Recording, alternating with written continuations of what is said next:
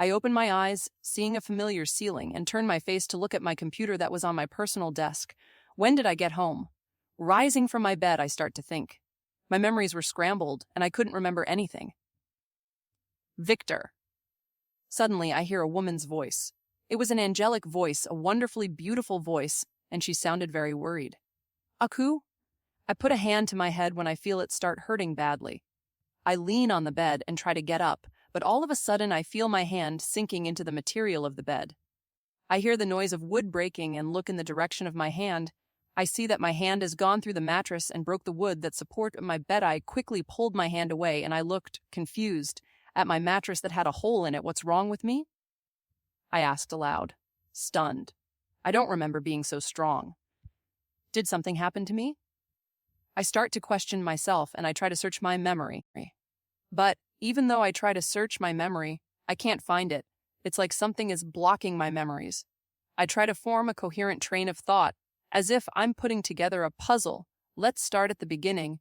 I went to the grocery store to buy the food my mom ordered, but I try to continue to form a timeline with my memories, but I don't have time for that when I feel unbearable thirst in my throat. It was like I ran a marathon and needed a drink of water. My throat was parched. I quickly get up, ignoring the sounds of wood creaking from the floor, and grab my bathroom door handle, attempting to open the door, but something amazing happens. The door is literally ripped off the wall. I was shocked at this show of force, but I don't have time to admire it or even question how I was able to do it. I quickly walk into the bathroom and try to turn on the water tap. As before, the tap broke when I tried to open it, and the water started to spew out. I ignored it and put my mouth into the water, trying to drink as much as possible. I looked like a man who was lost in the desert and found an oasis for the first time in days. I feel the cold water from the tap entering my mouth and seeping down my throat, but the water doesn't seem to satisfy me. I needed more. I needed something to satisfy my thirst. The water didn't seem to be working. Calm down, I hear a woman's voice. It was the same voice that called my name when I woke up. Suddenly, as if it were a misleading lie, the thirst I had been feeling earlier disappeared. I fall to the ground and start to inhale and breathe heavily. Who's there? I asked out loud, but I didn't hear an answer. I take a deep breath and sigh. Just what in the name of God is happening? I look at the overflowing water and realize I couldn't leave it like this. I carefully turned off another valve that was located near the floor, and soon the water stopped pouring. I sigh in relief and get up off the floor. I turn to look at myself in the mirror, and what I see surprises me is that I look a little taller. I have a well-defined body with muscles in the right places, six-pack abs, and muscular arms. What stood out the most in my appearance is the incredibly pale skin. It's like I'm missing most of the blood in my body. I used to look like a dead creature from a disease that gave me anemia, an extremely inconvenient disease, and in some cases deadly boot. This is another level. Look like I don't have any blood in my body. I also notice that my face is more defined, and my blue eyes and black hair have gained more shine. Did the former 21-year-old who was skinny and looked like a teenager grow up to be an athletic-looking man in just one night? What happened? Was I kidnapped by the government and drafted into the super soldier program? Victor, what's going on? Why all the noise? I look towards where I hear another voice and I start to breathe heavily. My throat starts to get thirsty again. I look through the wall and see the image of a human, and I can see her heart beating in a very attractive rhythm. I could see the person's entire body with a red vision. It was like the world around me had changed, and I could see the heart that was glowing a more vibrant red. It was like it was inviting me to rip it out and drink it. Victor, what's happening? What was that noise? Hearing my mother's voice, I woke up from my inebriated state. Mother, I responded in the most normal voice I could muster, but it was obvious that I failed. Victor? Open the door. What's going on? I look at my reflection in the mirror and notice that my eyes have changed to blood red. Oh, shit. Realizing what happened to me changed me in many different ways. I started to think rationally. I try with all my strength to resist the temptation to leave the room and rip my mother's heart out. First, I must calm my mother down and get her out of here. Mom, I'm busy right now. Realizing I was speaking normally again, she visibly calms. At least that's what my new red vision implies. I can't see her expression, but I can see her heart beating at a slower pace. Can you open the door? I can't, I'm not wearing clothes right now, I said in an uncomfortable voice. Oh, she suddenly turns and starts heading towards the stairs. I was confused for a moment. Why did she give up so easily? Make sure you take out your trash. I don't want to clean your fluids. That's your girlfriend's job. If you have one, of course. Oof. I feel an arrow in my chest for some reason, but, strangely, it helped me calm down. I grow a little smile. My mother has no mercy and speaks her mind. She's very honest. That's the quality I like most about her. Though, I won't deny that I am often irritated with her honesty, but living 21 years of my life under her roof, you get used to it. Anyway, I look at the clock and see that it's morning. I need to go to college, but I don't think I'm able to go out on the street right now, and I look at my room and see the mess I made. The floor was broken. The door was ripped out. The bathroom was flooded. I need to organize this mess 2 hours later. When tidying my room, I found out several things about my new self. I had more strength, much more strength than I had previously. Because of this change, I'm having trouble controlling myself. Before I used X-Force, and I could open my bedroom door without breaking anything, but if I use the same force now, the bedroom door will literally be ripped off the wall. My senses like hearing, smelling, sight, etc. They're much more sensitive. My hearing isn't on the level of the comic book scout friend who wears blue and red and has the S symbol on his chest. That guy could hear the entire planet. As far as I've tested, I can hear everything that's going on in my house and in the surrounding neighborhood. It's annoying. I hear multiple voices at the same time, and I can't discern who's who. Because of that, I tried something. I focused all my attention on a porn video that I opened on my computer called The Hardest Game in the World. Do I look stupid? Yes, but it worked. Men are easy creatures to grab attention from. My sense of smell has also improved, but the only thing I can smell from several kilometers away is blood. I can't differentiate the scents either. Another thing I learned is that I have another kind of vision. When I switch to this vision, the world turns red and I can see everything around as if there were no walls. And in this world, I can see human silhouettes. When I focus on these beings, I can see their hearts glowing bright red. I just tested this for a few seconds. I don't want to risk getting thirsty again. And yes, I know shit happened to me. I became a vampire, or something like a vampire. The features are very obvious: pale skin, red eyes, better physical conditioning, and an insatiable thirst. Knowing this, I have a starting line in my reasoning. First, let's see what weaknesses I have. The most obvious weaknesses from vampire books are garlic, the cross of Jesus or something related to God, sunlight, and I can't enter someone's house uninvited. Also, running water. Some weaknesses may seem stupid, but I need to test them all. First, the cross of Jesus. I look at a necklace that is hanging on my computer screen. On that necklace, there is a cross. I slowly touch the necklace and I feel nothing. Next, running water well. I drank tap water. I guess that counts as a no. I don't know. I need to go to a pool or river that is running water and test. Let's leave this weakness for another time. Next on the list is garlic. I remember I bought garlic pizza 2 days ago. I walk towards the small fridge in my room and pick up the garlic pizza I had bought. Smelling the pizza with my nose, I feel like throwing up, but I also don't feel anything else, like a sudden weakness or something. I think the urge to vomit was because my appetite changed. I try to put the pizza in my mouth, and as expected, my body instantly rejects the food. I ran towards the bathroom and spit the pizza into the toilet. How disgusting, I said with a nauseous face. Why do I feel like I've eaten an out-of-date fish? My stomach churns, and I feel like throwing up. I quickly started to inhale and take deep breaths. A few minutes later, repeating this process, the urge to vomit passed. In the future, I must test whether whole garlic has any effect on me. Thinking about it now, that was stupid. What kind of vampire would have weakness to garlic pizza? Anyway, the next weakness is the sun. I walk towards my bedroom window, which is located on the wall where my bed is positioned. I climb onto my bed and open a small gap in the curtain for the sunlight to enter. I swallow my saliva. I am a little scared of disappearing. After all, the biggest weakness of vampires is sunlight. But I need to know, and I think just putting my finger in the sun shouldn't cause any problems, right? Slowly, I bring my finger closer to the sunlight. When there was only 1 centimeter left until sunlight touched my finger, I stopped. No, I need to know, don't be a chicken, Victor. I put my finger in the sunlight and nothing happens. I don't feel my finger disappear, and I don't feel that intense pain that I expected. I sigh in relief. I look at my window curtain and open it. As soon as the sunlight enters my room, I feel the sun bathing me in warmth and touching my entire body, yet I feel nothing. For some reason, I felt like I should praise the sun right now, but what if someone saw me?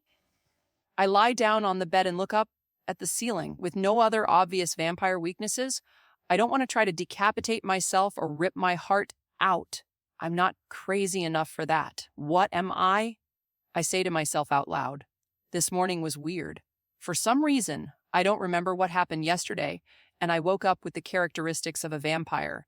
But I also didn't have the obvious weaknesses of a vampire. Am I reading too many books? But hey, at least I don't glow in the sunlight. I laugh at my own lame joke. I close my eyes and slowly, I drift off to sleep. Night, I open my eyes and get up from my bed. I hold my throat, feeling an unbearable thirst. This time I felt like I couldn't control myself. I feared for my family's life, that I would do something myself, an action I would regret forever. I open the window, position myself at the edge, and jump. I don't know how much force I put in, but I felt the window frame crack a little, and soon I was in heaven at night. I felt stronger, my senses increased. Before, I could hear my whole neighborhood, but now I don't know what the limit is. I also had no control over my feelings. I actually tried to control myself, but the bloodlust was holding me back. It was like I tried to drive a car, but I was too drunk to achieve any control. I was freaking out from the smell of blood. I need blood, I need blood. Without me realizing it, sharp fangs started to grow in my mouth. I fell on top of a building and felt the crash of concrete breaking, but I ignored it and ran towards the stronger smell of blood. I don't know how long it took. My consciousness was almost fading, but I did my best to keep my consciousness active. I refused to become an animal overpowered by thirst. Soon, I was in a dark alley. Slowly, my world starts to change to the color of blood, and soon I see 4 silhouettes. 3 men and 1 woman. 2 men are holding the woman's arms, and another man is holding a knife to the woman's neck. I looked at the hearts of the 3 men as if watching prey. They looked just like my mother's, with the only difference being that the light of their hearts was weaker. Hey, who are you? Get out of here. They said something, but I didn't care. I looked at the woman and realized she was weird. She didn't have a red light in her heart. Did she have a red light in her neck? For some reason, women attracted me more than men. One of the men walks towards me with a knife in his hand. He approaches me but stops walking when I look at him. Without my noticing, a predatory smile appeared on my face, and in that smile, they could see that my teeth looked sharper than a normal human. My teeth looked like a shark's, teeth that could easily tear through flesh and bones, and that sight startled the 3 bandits. The bad guys' faces started to change. They looked like they saw their worst nightmare manifested in front of them. Monster, the thug who was holding the woman, spoke. He tried to run away, but he couldn't. He was paralyzed. My smile grows abnormally when I feel the fear of the bad guys. I walked calmly towards them. They couldn't get away. By the time they looked into my eyes, they were already trapped like pigs being brought to the slaughter. With a display of supernatural speed, I appear in front of the bad guy with the knife. With a speed that he can't react to, I pierced his chest with my hand and pulled out his heart. Holding the man's heart in my hand, I felt the heart beating in an attractive rhythm, but for some reason, the man's blood didn't interest me. I opened my hands, and the man's heart dropped to the ground. The movement I made was so fast that the bandit's own body didn't have time to react to what happened. All the bandit saw at the end of his life was the predatory smile and red eyes of the freak that attacked him. Hey, Tilda! The thug who was holding the woman screamed like a scared little girl and tried to get away, but like his friend, he couldn't run. This time, I disappear in front of the thug and appear behind him, and soon his vision starts to spin. It was as if he had lost his balance, but before the thread of life faded from his eyes, he realized that his head had separated from his body. I grab his head and use my tongue to lick the blood off his face. After all, I was curious about the taste, though I didn't feel like drinking his blood, but soon my expression distorted in disgust. Disgusting. I spit on the floor in disgust. It feels like I've eaten a bad hamburger. Now, I understood why I wasn't interested in these men's blood. I look at the last bandit left. Using my arm like a sword, I cut the bandit in half. The bandit looks down and sees his body falling towards the ground. In the end, he can't even say anything. I was intoxicated by the pleasure of killing and the smell of blood in the air. My consciousness was in a state in between wakefulness and sleep. From my perspective, it felt like I was dreaming. Ha ha ha, I hear a woman's voice laughing. I look at her. My vision slowly returns to normal, and I see a beautiful pale woman with long white hair that is tied in a ponytail that reaches the floor. She has vibrant violet eyes, a nice figure, modest breasts, and an ass big enough that it can't be hidden by the black dress she's wearing. Was she wearing a dress with a tie? Her outfit looked like goth cosplay. She's also tall, just a little under my height. I don't know how tall I am now, but before my transformation, I was 175 centimeters. I look around 180 centimeters now. As predicted, you exceeded my expectations, Victor. Hearing her voice again, I suddenly remembered the voice from when I woke up this morning. You and I was going to question her about the doubts I had. She put her finger to my lips, Streech. You must quench your thirst first. My blood will tell you everything you need to know, darling. Suddenly, she reached for the buttons of the dress she was wearing and started to undress. Slowly, she showed some of her neck. Seeing that pale skin and smelling her a lot stronger than before, I swallow hard. My senses were going crazy. All I wanted was to sink my fangs into her neck. While keeping the flirtatious smile on her face, she said, "Come." I hug her with all my strength and bite her neck. "Ah, Tilda, you are being very violent." I ignored what she said and started drinking her blood. It was the most delicious thing I've ever tasted in this life. I felt like I was eating a 5-star dish made by the most renowned chef in the world, but it wasn't just that. I felt a connection forming. I felt her whole existence. It was a euphoric feeling. It was like a drug you couldn't stop taking. Her blood tasted so good. Looks like you like my blood. She spoke with a flirtatious smile. I suddenly felt a bite on my neck. Everything I was feeling from drinking her blood suddenly intensified. The blood tasted 100x better. Our connection increased and we became one. It was weird, but it wasn't bad. Actually, suddenly a set of memories started to enter my mind. I was in a place that I know well. This was the market I always go to when my mom needs to buy supplies. Apparently, I was seeing this woman's point of view. Are you sure? A woman's voice asked. She sounded quite unsure. Yes, I will make him my darling. The white-haired woman spoke with a loving smile. Suddenly, the vision changed and I was in an abandoned building. Looks like the woman took me to some abandoned place. She bites her finger with her fang, and soon the blood starts to drip. When the blood falls to the ground, something like a magic circle forms. When she looks at the ground, I see my old body lying there, and did I look hurt? My arm had a big cut like a wild animal had clawed me. I could tell that I would have died from blood loss at any moment. When the circle formed on the ground, she bit her wrist. As soon as red blood started coming out of her arm, she brought her arm closer to my body and let her blood fall into my mouth. She sits on my body, lifts me off the ground, hugs me, then she says, "Victor, you're going to be reborn. I'm sorry about this." Suddenly, she breaks my neck. It stays connected to my body, and soon something happens. My body starts to regenerate at an unbelievable speed, and the magic circle starts to spin on the ground. When my body stops regenerating, the magic circle suddenly disappears. The woman displays a satisfied smile. Success. Suddenly, I open my eyes, and I realize that they are blood red. I get up quickly and hug the woman, then I bite the white-haired woman's neck. "Ah, Tilda Dauda." I finish biting the white-haired woman, and the memories of the other person disappear, or she just stops sharing. Before I can figure out what happened next, the world around me starts to crumble, and I wake up in the dark alley I was in earlier.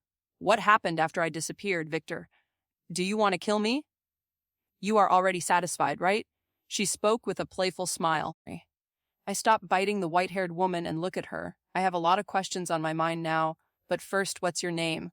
The woman displays the most beautiful smile I have ever seen. Violet Snow, the violet ice flower. Fancy name, huh? I commented with a small forced smile. My family is quite peculiar. She laughed.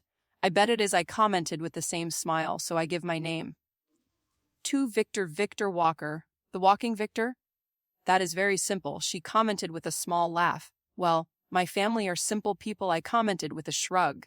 Now that I've calmed down, I look at the corpses and feel my stomach churn at the sight. I feel like throwing up, but at the same time, my body refuses to let anything out. After all, I was just nauseous. It was like I had taken a long 24-hour car ride, and I needed some air. I had mixed feelings about the situation internally. I didn't care about the death of strangers, even though those deaths were caused by myself, but my rational mind knew that was wrong. But, honestly, I was just confused by everything that was going on, and I didn't care about those dead men. Violet, seeing my confused face, proposes let's change locations. I nod in agreement, she approaches me, and says try to follow me. I'll slow down. Violet suddenly, with a small impulse, jumps towards the building's roof. I try to do the same, but the ground around me ends up breaking. Looking at this, I realize how I have no control of my strength. Leaving it aside for now, I start following Violet. I know she was the woman who made me what I am now. I should be suspicious of her, but for some reason, I can't do it. It's just a feeling, but I feel like I've met this woman once in the past. I just don't remember when. Well, baby steps, one baby step at a time. I know absolutely nothing right now to make a decision. For now, let's follow this beautiful vampire. The sociopath is a term used to describe someone who has an antisocial personality disorder. People with this disorder, also called sociopathy, lack empathy. They cannot understand the feelings of others. The functional sociopath designates a person who, despite suffering from sociopathy, has the situation under control, i.e., the effects of sociopathy do not greatly affect their interaction with other people. I accompanied Violet to a mansion similar to those you would only see in movies. The place was absurdly huge. How many rooms does this place have? Just from the size of the garden and the statue of a woman in the middle of the garden, I realized this place must have cost a lot of money. The moment I tried to enter Violet's house, I was prevented from entering. Soon I remember the weakness of vampires who can't enter other people's houses without being invited. It seems I have that weakness too. Violet looks at me for a moment, just as a woman who is dressed as a French maid appears. The moment the woman enters my vision, I realize she's not a vampire. She has blonde hair tied back in a pony to blue eyes and blue modest body. She looked to be between 21 and 30 years old. Her height was a little short. I think she was 170 centimeters. Miss Violet, I see you have brought a guest. The maid spoke in a neutral tone that held no feeling. Natalia, can you invite him in? Violet spoke in a friendly tone. Yes, Miss Violet, she said while looking at Violet. You can enter. When the maid spoke these words, I felt as if a force that was preventing me from entering had disappeared. Come on, Victor. You must have a lot of questions, right? Violet spoke with a gentle little smile. I nod in agreement. I walk towards Violet and start to follow her. While I was walking towards Violet, I felt the maid look at me like she was sizing me up or something. Passing the maid, Violet and I walk towards a living room. She points to a plush-looking sofa and asks me to sit down. I nod my head in agreement. As I take a seat on the couch, I see Violet walking up beside me and sitting down next to me. Her scent is very alluring. I shake my head several times in an attempt to control my impulses. You are controlling yourself very well despite being a newborn. She commented with a small, surprised smile. I was thinking you would jump on me and ravage me on this couch for all the servants in this mansion to see. Too bad this woman. I feel my eyes twitch a little when I hear what she says. Although I find that offer attractive, I'm not an exhibitionist, and I want answers. You're honest, huh? She blinked a few times as she responded with a pretty smile. Try to live with a woman who only speaks her mind for 21 years of your life. You will inevitably pick up on some of her traits. I spoke with a shrug. For some reason, I felt the temperature around Violet start to warm up. I wonder who this woman is. She spoke as her eyes were hidden by her hair. She is my mother. Of course, suddenly the temperature around her started to return to normal, and Violet looked up smiling. Oh, she's your mother. Of course, she's your mother. I forgot you had a mother. She nodded her head several times as if she understood something very important. And you're also a virgin, so, of course, you don't have a girlfriend. How do you know I looked at her in disbelief. How does she know I didn't have girlfriends? Oh, only humans who are virgins can be turned into vampires. That's why I know you're a virgin. That's not what I wanted to know. But whatever. This is new to me. I thought vampires could turn any human into a vampire. But there is this restriction. Huh. Realizing I was silent thinking about something, Violet starts talking. Before I start explaining, you know what we are, right? I honestly answer a vampire or something like a vampiro. Why do you think that? I organize my thoughts and respond. First of all, I don't have the weaknesses of movie vampires like, for example, garlic, sunlight, running water, the cross of Jesus, etc. For some reason, Violet opens her eyes wide when she hears what I said, and I've never seen a vampire with the ability to see the red world. Of course, I was talking about the movies I've watched, but Violet seems to ignore that. Red world? Violet asked. I elaborate. For some reason, when I'm excited by the smell of blood, the way I see the world changes and turns red. In this world, the walls seem to cease to exist, and I just see a plane with various silhouettes of the humans, and when I look at the hearts of humans, I can see their red hearts beating like they are inviting me to drink that person's blood. For lack of better names, I call that world the red world. I guess I should call it vampire vision in the future, but that's not right. After all, it seems to be my power alone. I'll think about that later. I look at Violet, precisely speaking. I look at Violet's neck, but you're the only one who is different. When I look at you with that vision, I can only see your neck glowing red. Violet looks at me like she's looking at a rare animal. As I thought! It seems like it was the right decision to turn you into a vampire. You are more special than I thought. And you also inherited my characteristics, she said excitedly as she hugged me. Woman, explain to me what's going on, I said as I pulled her face away from my neck. This woman is thirsty for blood. Cough! Vile pretended to cough and leaned away from me. She assumed a noble woman's posture and started talking. This posture would be more convincing if she wasn't in my lap. But I'm not complaining. Let's start at the beginning. There are two kinds of vampires in this world, the noble vampires I'm a part of, and the plebeian vampires that you'll one day meet. The two species are the same, but at the same time different. For example, noble vampires can have children, and, without exception, the noble vampire's child will have the same characteristics as his noble father or mother, with the only difference being that the characteristics of the child will be much stronger. The Snow family has the fire trait. We can control fire, and we have full immunity to the sun. Normally, this trait wouldn't be passed on to other vampires my family has raised, but you seem to be different, she said in a happy tone. I opened my eyes a little. That means I inherited. You inherited my trait. All vampires, without exception, have a weakness to the sun. Only a few families have a certain resistance to sunlight. But only my family has full immunity to sunlight. I swallow hard for a moment when I think of the bullshit I've done. Just out of curiosity, what happens when a normal vampire is bathed in sunlight? Violet smiled gently. They turn to ashes. Jesus Christ, that was close. Really. I almost turned to volcanic ash, but snow, huh? The characteristic of her family is the opposite of the meaning of her name. Just like I said before, my family's characteristic is to control fire. She raises her hand and a fireball appears in her hand. My family is very feared in the vampire world. After all, with a small ball of fire, we can burn a vampire to ash. She spoke with a predatory smile full of shark-like teeth. What's the difference with plebeian vampires? I asked. They can't have children, and they get characteristics according to their personality. The plebeian vampires are usually the vampires that the noble vampires have created. So, I'm a plebeian vampire? I asked, confused. After all, I wasn't born a vampire. Yes and no. Violet spoke. You were born a plebeian vampire, but since you inherited my trait, that makes you a noble vampire. Remember that red world you talked about?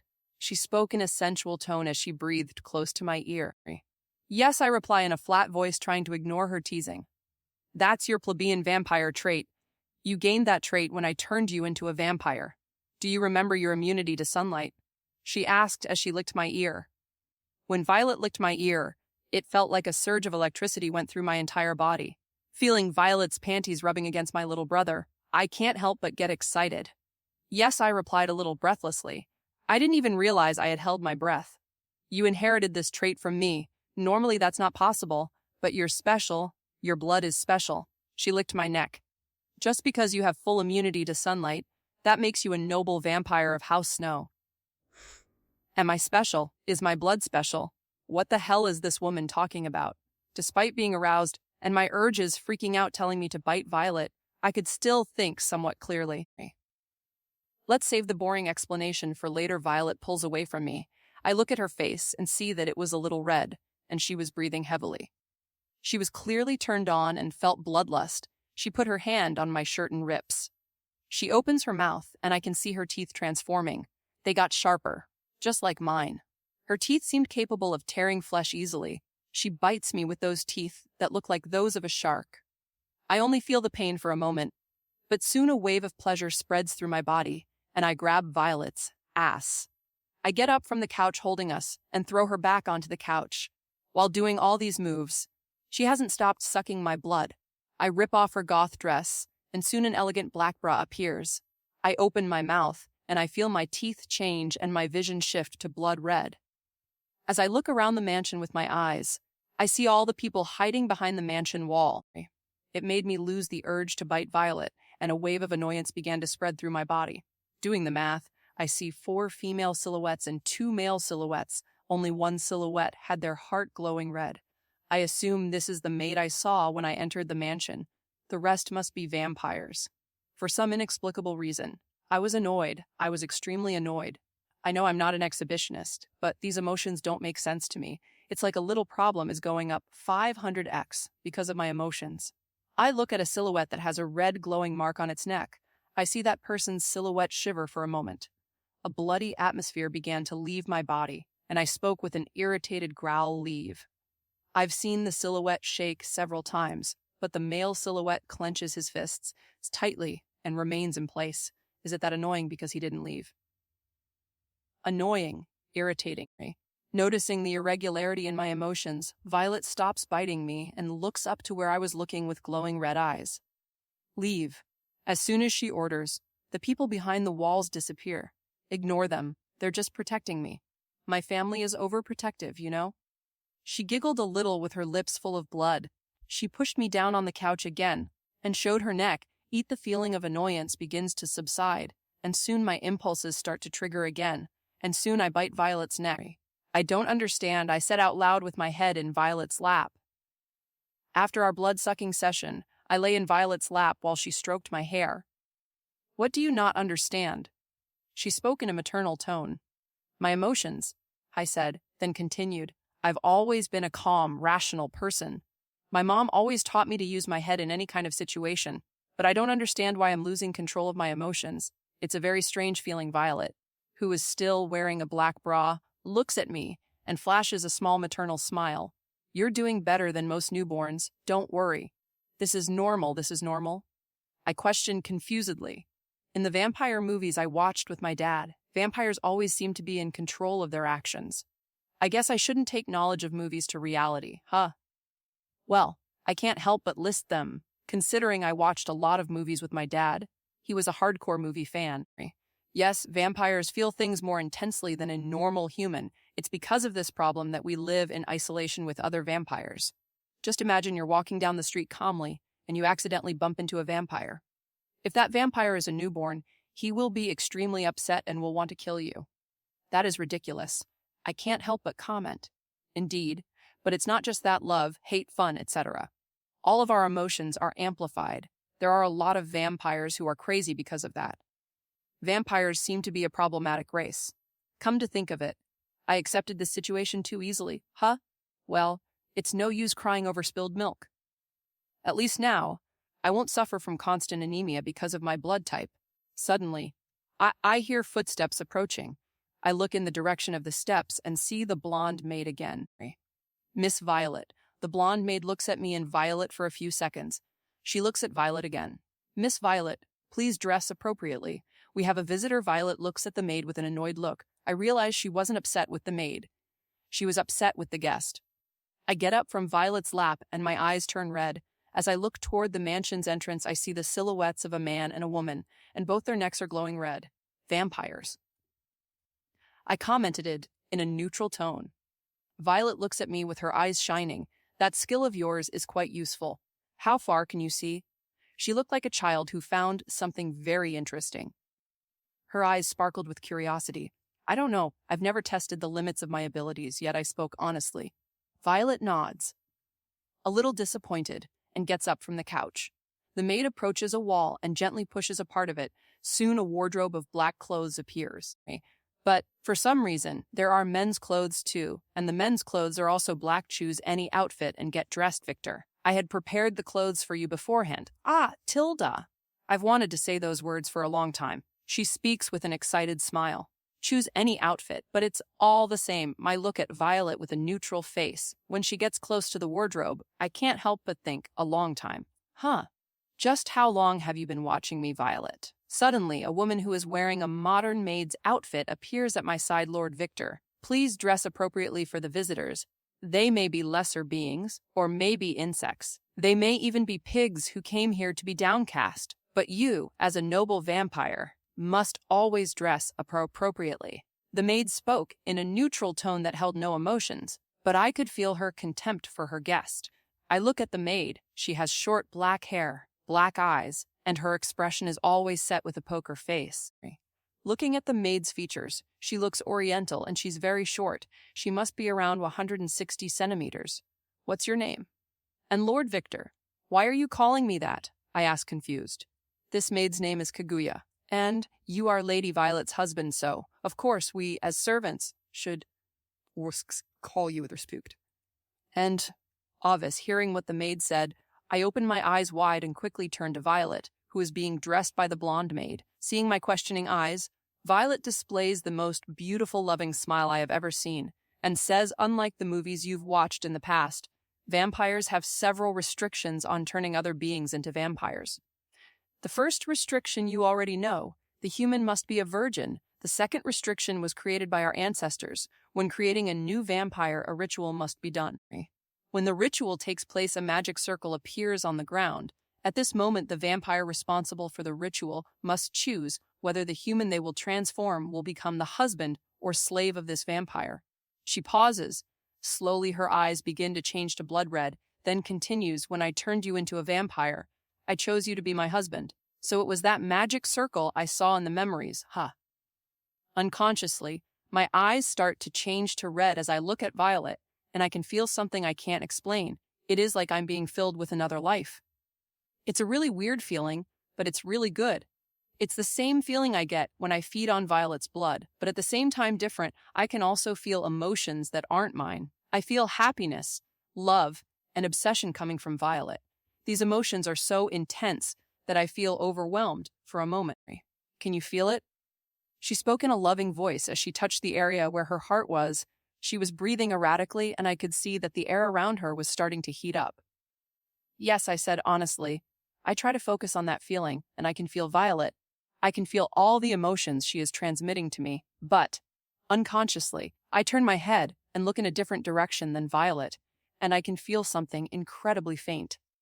It was like I felt a connection somewhere else, an extremely weak connection, but I couldn't pinpoint the location of this connection I was feeling. This is proof of our connection from the moment I turned you into a vampire. You became my husband for all eternity. You became my darling. I turned to look at Violet. When she spoke those words, she had a crazy smile on her face. It was a dangerous smile. But, at the same time, I thought that smile was beautiful. A very beautiful smile indeed. She definitely had a head problem, and I think that just for the simple fact that I'm taking this very easily, I must have a head problem too. But honestly, I do not mind. I display a small, happy smile. It looks like I'll see you for years to come, so I hope you take care of me, honey. The last word almost didn't come out of my mouth. After all, I didn't know if it was right. I didn't know what it was to have a girlfriend.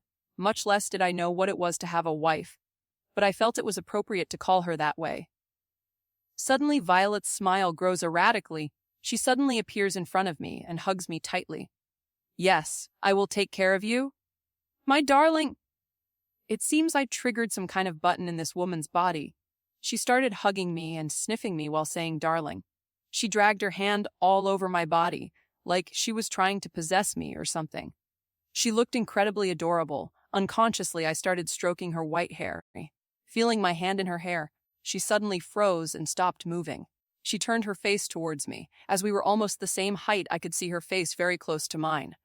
As I caressed her, I asked, "What happened? Why did you stop?" Aren't you annoyed or irritated by my attitude?" She asked in an untrusting voice. "Why would I be?" "I think you are incredibly adorable," I replied honestly. "Ugh," she put her hand to her chest. It was like she had been hit by something in her heart. Yes, indeed, Lady Violet is definitely at a point of no return. Kaguya spoke as the blonde-haired maid approached Natalia. Natalia made a silent gesture to Kaguya. Kaguya just nods. I look at myself and realize I was wearing a black suit. I looked, shocked at my appearance and at Kaguya's hands, holding my old clothes. Wait, that's my underwear. How could I not feel her undressing me? Kaguya made some hand gestures. I am a professional employee of Clan Snow. I would be surprised if Lord Victor could feel me undressing him. These hands have been trained to undress any man or woman, no matter what gender. I must comply with my duty properly. As a professional maid, I take my duty very seriously. She spoke in a flat, unemotional tone, but I could feel an unshakable confidence in that maid's tone. Okay, I didn't know what to say. Actually, what am I supposed to say? I just thought that and turned to Violet, who was still in a state like she was dreaming. She was giggling in low tones as she spoke quickly. She seemed to be delirious. She's definitely in a state of no return. I think I should notify Lady Violet's parents. Natalia said as she walked towards the door. Well, isn't that interesting? A very dedicated maid, a blonde maid who doesn't seem to care about her master, and a quirky master. I think vampires are weird beings, huh? Although the blonde maid is not a vampire, it took a while for Violet to wake up from her state of illusion, or I don't think she's fully awake yet. We were in a different room. I was sitting on the couch and Violet was sitting next to me as she hugged my arms with a little smile on her face. She looked like a very respected noblewoman. It seems like her attitude I saw a few minutes ago was all an illusion. I look around and can't help but wonder how many rooms does this mansion have.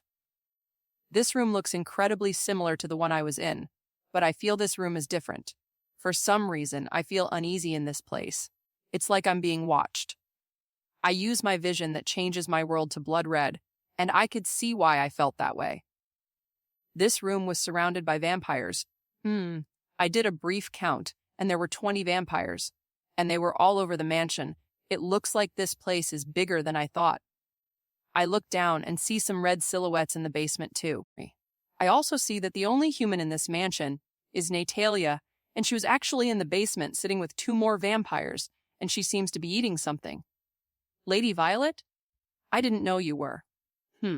Dating the vampire who was sitting across from me started to speak, but he was interrupted by Violet. He is my husband, she spoke in a neutral tone that carried a lot of happiness. I didn't know you were married, the man spoke. I look at the man who is accompanied by a woman. He is a tall man of 190 centimeters with short black hair slicked back. He was wearing a white suit and glasses. Overall, he looked like a successful lawyer. The woman, who was looking at me like she was looking at prey, has short black hair, her haircut looks like a Karen's, and she was wearing a normal work suit. She's shorter than the man and must be around 170 centimeters tall. Coincidentally, her name was also Karen. Violet displays a small smile and speaks while her eyes are closed. Lucy, I don't think you should know something about my life.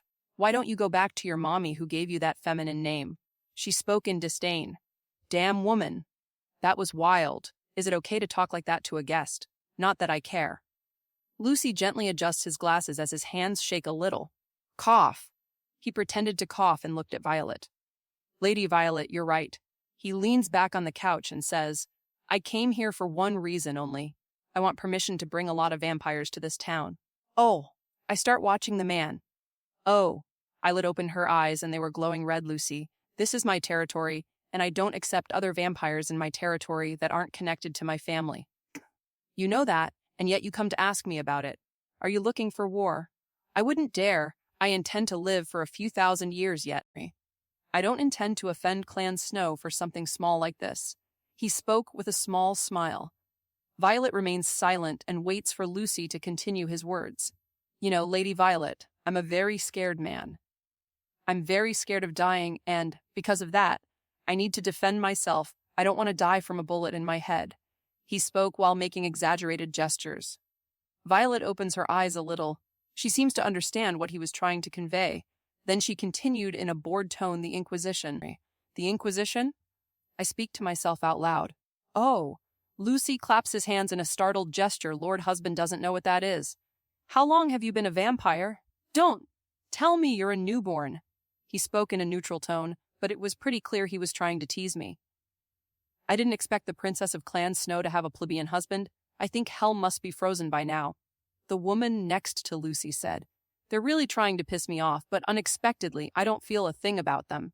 The feelings I have are something like this. Do you care what a bug thinks of you? I don't care, and I think that's why I don't feel anything. Is this your attempt to provoke me? Childish. I speak honestly. Huh? Lucy exclaimed, a little surprised. I realized the woman was surprised too, but I ignored her. I think they thought I would be angry since, according to Violet, newborns are very likely to lose control of their emotions. I would understand if you were a newborn who was talking to me, but you're an older vampire, right? Why are you being so aggressive? Are you menstruating? Or do you have a dick in your ass all the time? Is this woman not satisfying you? I think I should call little Timmy for you. Timmy? Lucy asked, confused. Oh, you don't know the legendary Timmy. I spoke with an unbelieving expression. It was like I was looking at two were animals. I guess that living for so long does not mean that you are a man knowledgeable in modern affairs. I spoke in disdain. Let me enlighten you, my little lamb. Timmy is a church boy. He's 2 meters tall, muscular, and he loves to purge vampires with his holy wand. I think he would love to bond with you, I said with a small smile. PFT Violet inadvertently let out a small laugh for a few seconds, but soon she returned to her noble expression as she kept a small smile on her face. Lucy's smile slowly began to break. Slowly, and as if it were a lie, Lucy's mask began to fall apart. Do you want to die, boy? He spoke with an angry and aggressive tone. In front of me is just an older vampire who is sadistic and likes to kill. Oh, as expected from an older vampire, you're definitely getting senile. I sneered as I ignored Lucy. Lucy, where do you think you are right now? Violet spoke with a small smile on her face that showed all her sharp teeth. The air was suddenly heavy. Lucy could feel killing intent all over the mansion, and small beads of sweat began to appear on his face, realizing the stupid thing he did. Lucy's expression does a 360-degree turn, and soon he starts to smile gently. Cough. He pretended to cough and spoke in an apologetic tone. I'm sorry about that slip, Lady Violet. The killing intent disappears as if it never existed, but the atmosphere of surveillance still lingers in the air. Something tells me that if Lucy tries to do something, he won't stay alive for long. Well, I must surely praise how quick he is at controlling his emotions, as expected of an older vampire, I guess. Violet, what is the Inquisition? I ignored Lucy and spoke directly to Violet. The Inquisition is an organization made by the Vatican Church. They train humans to hunt down the vampires that are causing trouble in the human world. They use blessed holy water weapons and chant Bible verses to cause permanent damage to vampire mind. Oh, so they are vampire hunters, I said carefree. Why was I calm? Well, it's simple. There's no point thinking about a problem that hasn't happened yet. You'll just get stressed out trying to control the things you don't have control over. And, at the end of the day, you become a paranoid and stressed person. The only thing I have to do right now is to learn more about this world and about the changes in myself. After all, I'm still a newborn, a little fish that has just been born in a new lake. Yes, Violet agreed. I reach up to Violet's ear and say, I tested in my room that the cross of Jesus doesn't affect me, so am I immune? You are not immune to church attacks. What you have in your room is just a normal item. The items used by the church are blessed by the Pope himself, the closest figure to God we have in this world. So does God exist? I asked curiously. I don't know, but I think so. After all, those weapons affect us. Violet replies, a little confused. Church, huh? I can't help but think out of curiosity. The church has been active for millennia, so this organization that works for the church must have a lot of influence in the world. Lady Violet, will you accept my request? Lucy asked. Violet looks at Lucy and replies, No, this is my territory and I don't accept other vampires, even if the Inquisition is here. I and my family can handle it. I think this decision is wrong. I don't have much knowledge of the overall situation, but one thing I can say is, I shouldn't trust Lucy. I get a tingling feeling every time I look at him. Oh, I already know. Honey, Why don't you give our friend permission? Darling. Violet looks at me with questioning eyes. I just smile at her. She looks at me confused. But she nods, like she's telling me to do whatever I want. Isn't she cute? Lucy, how many vampires do you intend to bring into my wife's territory? I look at Lucy. He evaluates me for a few seconds and responds, 50 vampires, oh, that's too much. Are they all your offspring? Yes, they are my slaves. I see you want to protect yourself from the Inquisition, right? We accept your request. You can bring the vampires, but... I look at Kaguya, who was behind the sofa, and say a few words, then Kaguya nods and disappears. A few seconds later, Kaguya comes back with the city map in hand. I place the map on the table in front of me, and with the pencil Kaguya also brought, I make a big circle on the map. Keep your minions out of this circle, I said while showing a circle on the region map. This circle surrounds Violet's mansion, and my house, which for some reason was quite close to this man. Lucy looks at the circle on the map and nods his head. He looks at Violet for a few seconds as if asking permission. Violet nods her head in agreement. Soon, he got up from the couch and extended it. Thank you very much, Lord Victor. I am indebted to your generosity. I flash, smile, and get up from the couch. Don't worry. Friends were meant to be helped, right? I look at his hand and shake it in a friendly gesture. I suddenly feel like he put more strength in his handshake. It feels like he's trying to break my hand, but he doesn't have enough strength, isn't he, an older vampire? He must be strong, right? Well, he asked for it. My smile grows unevenly, my sharp teeth start to show, and soon I just put a little more strength in my grip. Crack. His hand is shattered, but everyone ignores it except Violet, who was looking at Lucy as if she were looking at a dead man walking. Lucy looks at his hand for a moment, then he looks at Violet until another day. Lady Violet didn't say anything. She just nodded her head softly. Soon Kaguya escorts the two guests out of the mansion. I sit down on the couch again, and Violet climbs into my lap. What are you planning? She asked as she wrapped her arms around my neck. Bait. Lucy is my worm that will attract the big fish. Violet opens her eyes a little, and then she flashes a smile. Aren't you getting used to this vampire thing a little too quickly? Meh. Vampires are no different from humans after all. They were once human, I reply. Then I continue. When I went to my mother's work in the past, I learned a few things from the politicians. My mother defended in court lies and truth are a fine line. Politicians have to live telling lies to get the jobs they have today. Lucy, he's a lot like these politicians. He's a scared fox. He wants to take advantage of every situation. You should know him better than me. Violet nods. Lucy is a vampire who specializes in bringing food to noble vampires. He has good ties to noble families. By food you mean humans. Violet spoke mercilessly. So that's why the Inquisition is here. They are after Lucy. It seems that using Lucy as bait was a good idea. I need to know the capabilities of this human organization, and though I can ask Violet to tell me, that would be useless. There is a big difference between seeing one person's capabilities in person and someone else telling you about it. I just nodded my head in agreement with Violet's words, but I felt a weird incongruity in my chest. Common sense is that I should care about this. After all, they're human beings, right? But why don't I feel anything? It's the same feeling as when I see a newspaper or television. You know people are hurting, but you don't care. I think seeing and experiencing tragedy is very different from just knowing it through someone else's mouth, huh? Normally, noble vampires don't need human blood. Huh? I don't understand now. Isn't that against everything being a vampire is?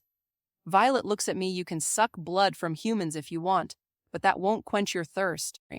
The noble species are a very strong type of vampire, and because of that, we need more blood than normal vampires. To avoid of us having to cause a mass genocide, we ask the witches to do a ritual where when we get married, so we will quench our thirst with our partner. Oh, that's why when I went crazy, I'd rather drink Violet's blood than those men. But there are vampires who get bored drinking their wife's blood all the time. Because of that, vampires like Lucy exist. They kidnap humans and take them to the noble vampires who want to taste new flavors. Got it. Vampires are treating humans like cattle, huh? Witches, for some reason, I smell trouble a mile away when it comes to witches. Witches. I question Violet. I really know next to nothing about this world, huh? Although some things are similar to movies. Witches are human women who, for some reason, acquire an energy called magic. They use that magic to alter some things related to nature. Do you remember the magic circle you saw in my memories? I nod in agreement. They were also created by the witches at the request of the ancient vampires. They'll do anything for money. They're mercenaries. If you pay the right price, they'll do anything for you. Mercenary witch is interesting. I flashed a small smile as I started to stroke Violet's hair. I feel Violet squirm in my arms, but I keep stroking her hair. Violet's hair is my favorite type of hair for women. Long hair, so I can stroke it as many times as I want. I feel like I will never get bored doing this. Soon, Kaguya returns accompanied by Natalia, the blonde-haired maid. I also see that the vampires that were hiding in the fake walls were all in the basement now. Lord Victor, I think that is enough. If you continue, I think Lady Violet will die. Kaguya spoke in a neutral, emotionless tone, but for some reason, I could feel she was joking. I look at Violet and see that she was a flushed mess. Her breathing was ragged, and she was looking at me with obsessive eyes. But I did not do anything. I just caressed her looking out the window. I saw it was dawn. I have to go to college. Looks like I have to go back, I said out loud. Hearing my voice, Violet quickly wakes up from her drunken state and looks at me. You want to go back? But what's the point of studying now? You're my husband, and everything mine is yours. You just have to live here with me. I look at Violet. Calm down. I don't want to be a parasite that depends on my wife. It would be nice to let you be my sugar mama, but I'm a vampire, not a degenerate. Why are you going back to college then? Violet asked a little calmer. Honestly, I was studying economics in order to get a degree and somehow help my family. After all, my family situation is not the same as when I was 15. I answer honestly, then I continue. I even got a job at McDonald's that pays me $15 an hour. I used that money to pay for my college. But I look at my hand. I focus my feelings on my pale hand. Now that's not necessary. There are several ways to make money with my current condition, and I'm not willing to abandon my family. If I'm not close to my mom, she'll get bored. After all, with her personality, she wouldn't make many friends. I laughed a little when I thought of my mom. Though I became a vampire, I don't intend to abandon my family and friends. I'm not going to act like an emo and say that I'm going to put my family in danger. And because of that, I need to abandon them. I may have changed my race, but I'm me. I make my own decisions. And since I know there's a way I can't go crazy from bloodlust, the worry of hurting my family is practically non-existent. So you go to college just because you want to? Violet asked me confused. Yes, I'm going to quit my job and go to college to enjoy school life a little. Because of my illness, I've always lived in fear of trying too hard. Because of my illness, I couldn't enjoy much of my life, but that's not an obstacle anymore. I said honestly. I always wanted to play sports. I always wanted to swim, to play basketball, but because of my illness, I couldn't do that kind of activity. I look at Violet. Don't you want to come with me? Well, I want to introduce you to my family. You are my wife, right? You have to meet my family and friends. I plan to invite her to live with me since, if Violet comes to live with me, there will be few things that threaten my family's life. After all, these vampires seem to obey Violet's every word. If she is living with me, that will ensure that my family is protected.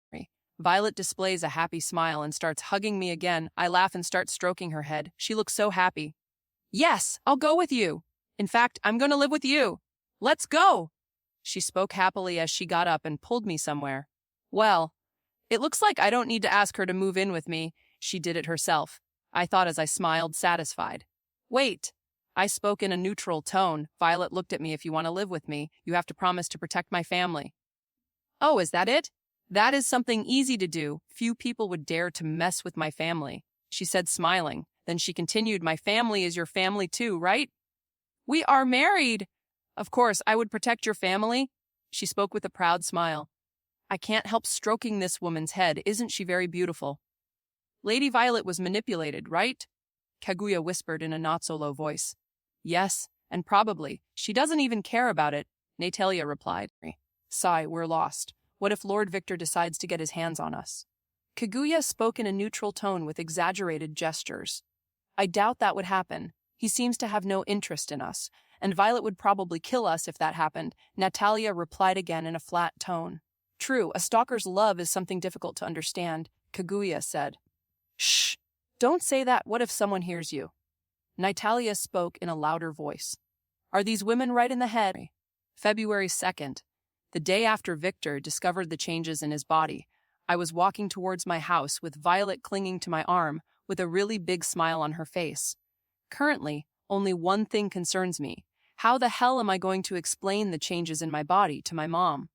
I look into the mirrored window of a building next to me. I was 175 centimeters before I became a vampire. I was a very thin young man who looked very anemic, but when I became a vampire, I grew 5 centimeters in height. I'm 180 centimeters tall now, with more defined muscles that stand out a little in the outfit I'm wearing. My pale skin has turned a paler shade than it was before, while my black hair and blue eyes have taken on a brighter shade. Overall, I look the same as before, with the only differences being that my body grew, and my skin turned paler. By the way, I was wearing casual clothes, a loose black shirt and black pants, along with white sneakers from a famous brand. Violet was wearing a black dress. It was a closed-neck sleeveless dress made of leather. The dress was a little short, reaching up to her beautiful thighs, almost showing the flesh of her ass. For a moment, I think I actually drooled. It was very sexy, especially glued to her body with her perfect curves. When she saw my gaze, she displayed a seductive smile as if everything went according to plan. According to my wife Violet, the vampire transformation forces the body to its peak state, and as I am a newborn, these changes will only stop happening when my body is fully developed.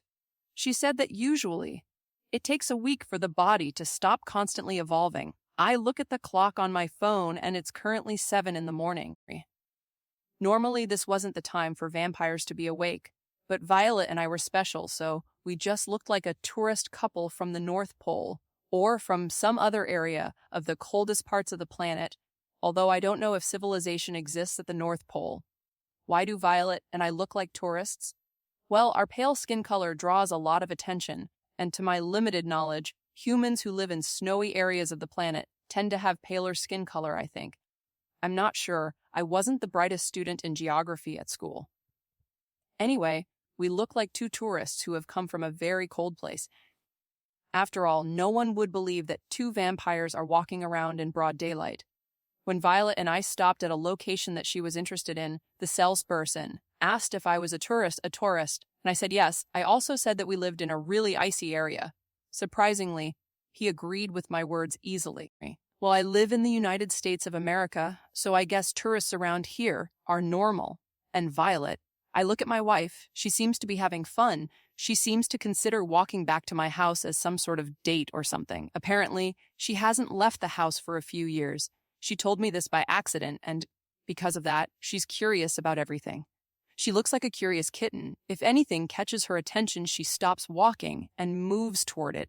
Then, if she finds something interesting, she buys it and asks Kaguya, who is accompanying us, to take it. She was like a princess who went to the mall and bought everything she saw, and like rich people are different, it wasn't until Kaguya came out into the sun that I found out she was from the same family as Violet.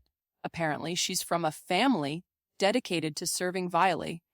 She didn't explain much to me about it.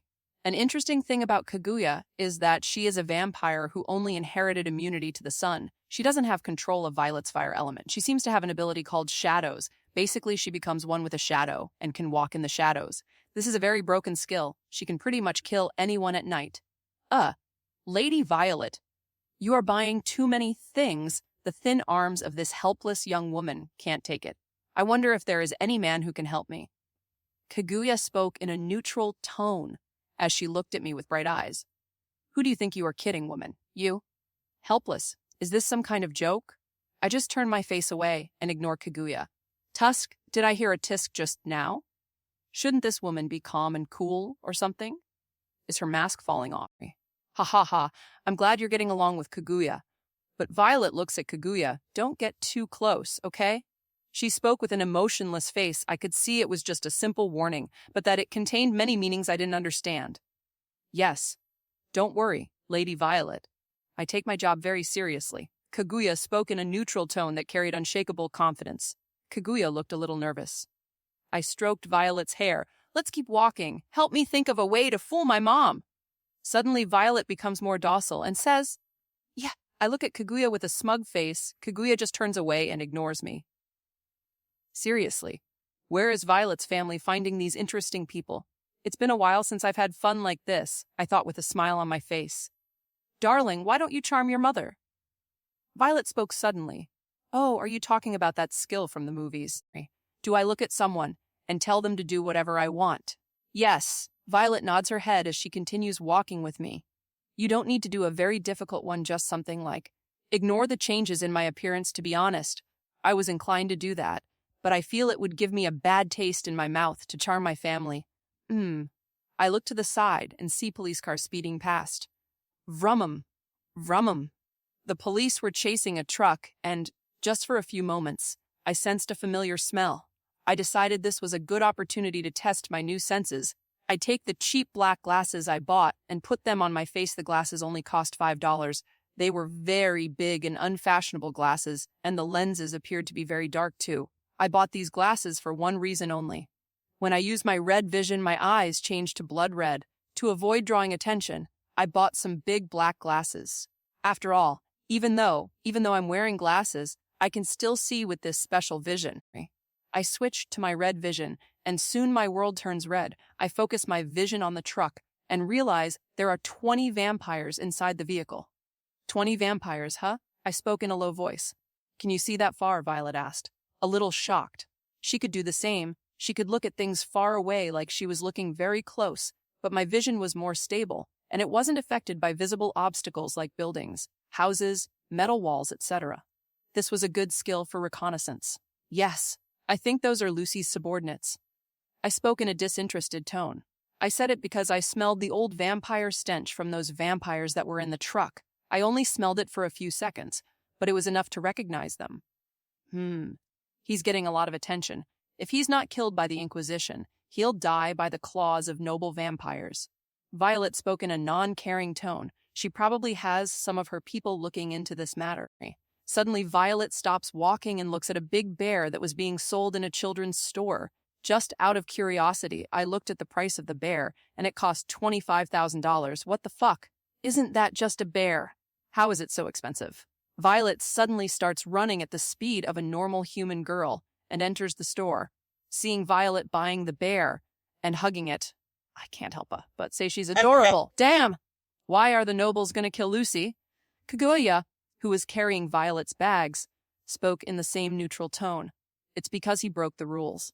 Kaguya looks at me and says, Rule number 4 of being a vampire, never reveal that you are a vampire to humans. Matters involving the vampire world should not be mixed with human affairs. This rule can be ignored if the vampire is contacting a human with the intention of turning the same human into a vampire. If he breaks this rule, he'll be hunted by the nobles and killed. After all, we don't like to draw too much attention, said the woman who was dressed as a maid while carrying several purchases. If that's not attracting attention, what is? But I understood what she was saying. This rule was basically a warning to younger vampires. Don't make too much of a fuss about vampires, or we'll go after you. They were basically saying that. Soon Violet comes back carrying a big bear and with a happy face. I can't help but pat her head when I see her like this. Feeling my caresses, she shows a happy smile. Then I say, come on. We're almost there. The two women nod in agreement. Arriving at my house, I open the door. Mom, I'm home. I spoke out loud. Son, why didn't you answer the phone? She trails off as she looks at me standing in the doorway along with two women. Victor, she approaches me suspiciously. I look at my mom. She's going to be 40 this year. She has a little belly fat, but overall, her appearance is well preserved, long black hair, blue eyes, and a curvy body. She keeps saying that lawyers who look good have a better chance of getting rich clients. My mother's clients in the past were politicians with questionable resumes. They called these politicians fat lambs, and she defended these politicians in exchange for large amounts of money. She not only defended politicians, she defended normal people, and even companies that had suffered because of fraud, etc. She's a good lawyer, even if she defended corrupt politicians. In the end, it doesn't matter. After all, work is work. Does she defend corrupt politicians? Yes, but the money is good, And she's not doing anything illegal, even though she stopped doing it a long time ago. It was getting dangerous to work in that world. Because of that decision she made in the past, she doesn't win as much money as she had before. Strange. She spoke with a confused face, then she continued, I feel that you are my son. But at the same time, I feel that you have changed too much to be my son. She is still honest as always. She was standing in front of me, looking at me with a face that said, you can't fool me. Sai, when I was 13, you and I went out to a restaurant. We met your ex-friend, that woman you called Thought. I started to speak. What is her name? She asked. Aphrodite, I know her name is Renata, but my mom dubbed her Aphrodite. That is still not enough. She spoke as if she hadn't lost a battle or something like that. On my 21st birthday, you took me outside a brothel and said you'd dump me in that place if I didn't find a girlfriend. Violet suddenly looked at my mom for a moment. She seemed undecided about what to do. Her eyes were glowing dangerously, but soon the light seemed to fade. It looked like she was going through an internal conflict. Cough. My mother pretended to cough. Yes, you are definitely my son. By the way, you shouldn't say that out loud. What will people think of me if they find out I almost gave away my son's cherry just because I wanted my son to have a girlfriend? She spoke with a snort. My eyes start to twitch when I hear what my mom says, but I can't help but smile in happiness. My mom is weird, but she's a good mom. She's not normal like all moms of the world. But she is my mother, and I love her very much as a son. She approaches me and says, you're paler than usual. Do you need food? And it looks like you've grown too. She puts her hand on her head and starts trying to measure my height by comparing her height with mine. My mother's height is around 170 centimeters. She is a little shorter than my old height before being turned into a vampire, which was 175 centimeters. It's puberty. Mom, I said the excuse every man ever has told his mother at least once in his life. Puberty. She repeated what I said with distrust. She looks at Violet and Kaguya, seeing how beautiful both women were. My mother started to enter her own world again. Holy shit! You popped your cherry and because of it you grew? Kaya! Wait a moment! I'll call your father! Suddenly she starts running towards the stairs. She puts both hands close to her mouth like she has to call someone. Leon! Get down here immediately. I mean it! Get your lazy fat belly down here now, she screamed. Because of my new senses, I heard this scream louder than it should have been. And from Kaguya and Violet's stunned expressions, I can tell they had the same reaction as me. What is it, woman? I am watching a movie. I still have to work later. I want to finish this movie before I go to work. Our son lost his cherry and brought 2 beautiful girls home. What? Wait a moment. I am on my way. Violet and Kaguya look at me. I try to keep my poker face as much as possible to hide my embarrassment. Yes, let's think about dolphins. Dolphins are beautiful beings, and they have the intelligence of a human. A moo. As expected, dolphins should be the rulers of humanity. As I hypnotized myself, my dad started down the stairs. When he appears in front of me, he looks at Kaguya and Violet. Then he nods at me satisfied. As expected of my son, the Mason genes are running through your veins. You've got 2 beautiful girls, one oriental and one with a noble appearance. I was worried that you would be a virgin forever. He totally ignored my appearance, didn't he? Ugh, for some reason I have a headache, although I shouldn't have a headache, since I'm a vampire and vampires have regenerative bullshit or something. I look at my dad. He's turning 50 this year. He has brown hair and black eyes. He is 183 centimeters tall, with a beer belly and muscular arms. He was wearing shorts and a white t-shirt. He's a bricklayer. He works in construction. Nowadays, he's retired, but he still goes to where he works to give advice or something. I don't really know for sure. I just know he's retired, but for some reason he says he's going to work. I guess old habits don't change, huh? Cough. I give a fake cough and go, Violet, this is my dad, Leon Walker, and this is my mom, Anna Walker, I say as I introduce my parents. Nice to meet you, Violet says while performing in her noblewoman's mask. Mom and Dad, this beautiful white-haired woman is Violet. She is my wife, and this black-haired woman is her personal maid. Huh. At this point, I was in my house sitting on a relatively large and cheap couch. Not that I care about anything like that, and Violet was sitting next to me while Kaguya was behind me holding the bear Violet had bought while she put away everything else that was Violet's behind the couch. Right now, I was thinking about the decisions I made about my family, and seeing the result, I think I made the right decision. My family is strange, but I love my parents very much, and if possible, I don't want to hide anything from them. I know the vampire world isn't something ordinary humans can handle, and because of that, I made a deal with Violet to just keep the vampire world a secret. But that's only temporary. After all, I know this kind of secret will bite my ass in the future. I learned a lot from reading hero comics. They always had this bullshit attitude of hiding things, and in the end, someone important to the hero died. But I need to learn more about the world of vampires. When I'm ready, I will talk to my parents about this world then. After all, I want to give them this gift too. Immortality is something everyone wants, and my parents are no exception. I guess, and I don't want to be alone forever. I know I would have my wife, but I can't imagine living without my bundle of joy that I call Mama. I would miss my father too, and his company when I watch movies. Well, no use thinking about it now. This is something for the future. So you're saying you've been in contact with Violet for several years, and just recently you guys met and started dating. My mother, Anna, asked in disbelief. Wrong. We became husband and wife. Violet spoke with a noble smile. You skipped the boyfriend stage and went straight to the wedding. Are you sure about that, son? My dad asked. And I knew what he was thinking when he asked that question. He was probably thinking something like, you're so young. You've got a lot of fish in your net to catch. Are you sure you want to commit now? Marriage is not a good thing, you know. I'm pretty sure he was thinking about it since we've had this kind of conversation in the past. Although I'm absolutely sure he said it just for the sake of it.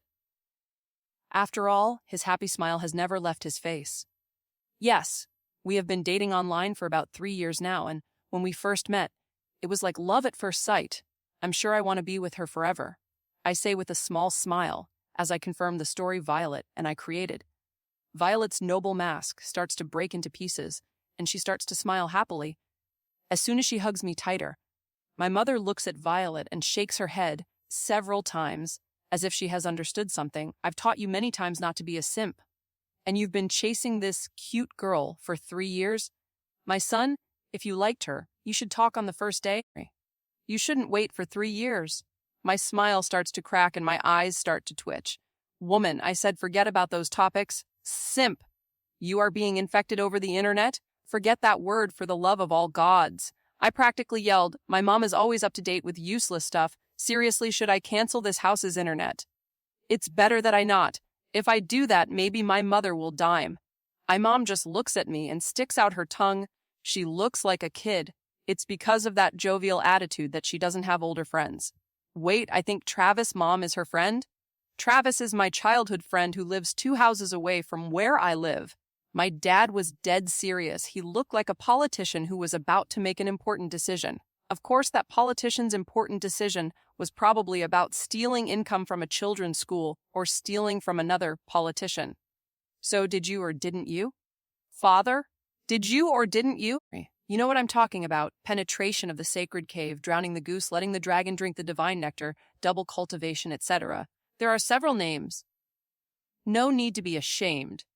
At the end of the day, this is a normal act, no matter what society says. The act of drowning the goose is not a sin. He looked like a wise man right now, looks like he's reached nirvana or something. My mom suddenly gets up and hits him on the head. Stop embarrassing our son. What if he loses his wife over this? Do you know how difficult it will be for him to get another woman? Do not screw it up. Mother, you don't have any confidence in me, huh? My dad makes an apologetic face. My mom looks at me. And, did you or didn't you? Woman, did you forget what you said a few seconds ago?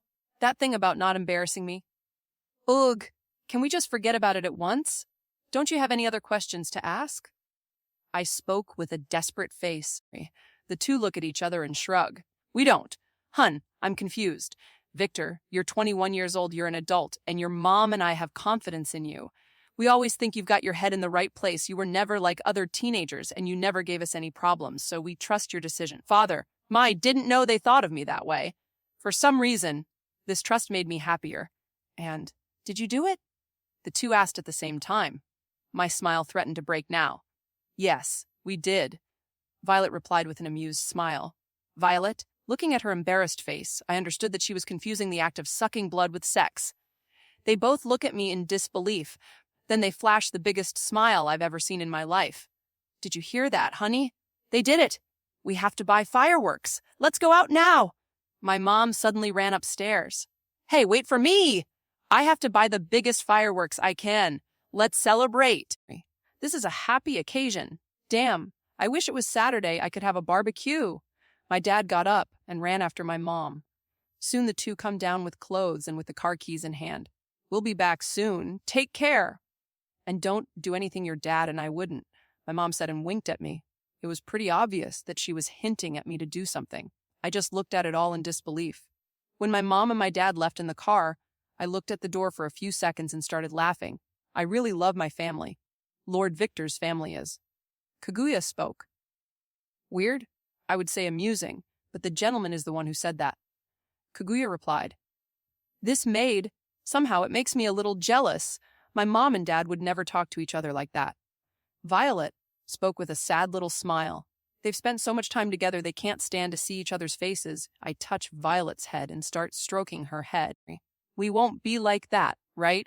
She spoke looking at me. She touched my other hand, and I could feel she was shaking a little. I don't know, I answered honestly while stroking Violet's hair. Then I continued, I may not be very experienced, but I can say something. Relationships are a two-way street. If we strive to make it right, I believe that it will work. I don't think I'll ever regret turning you into a vampire, Victor, but there's one thing I'll always regret. What is it? I asked, curious.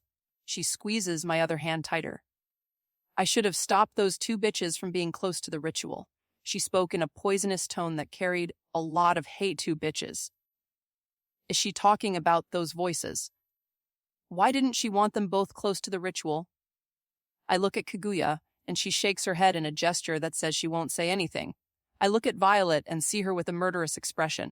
I don't know what's going on, but one thing I'm sure of, if a woman is insecure, you must show confidence that everything will be fine. Advice from my mother. Don't worry, Violet, she looks at me confused. I move closer to her face, and then I kiss her. She is surprised for a moment, but soon she kisses me back.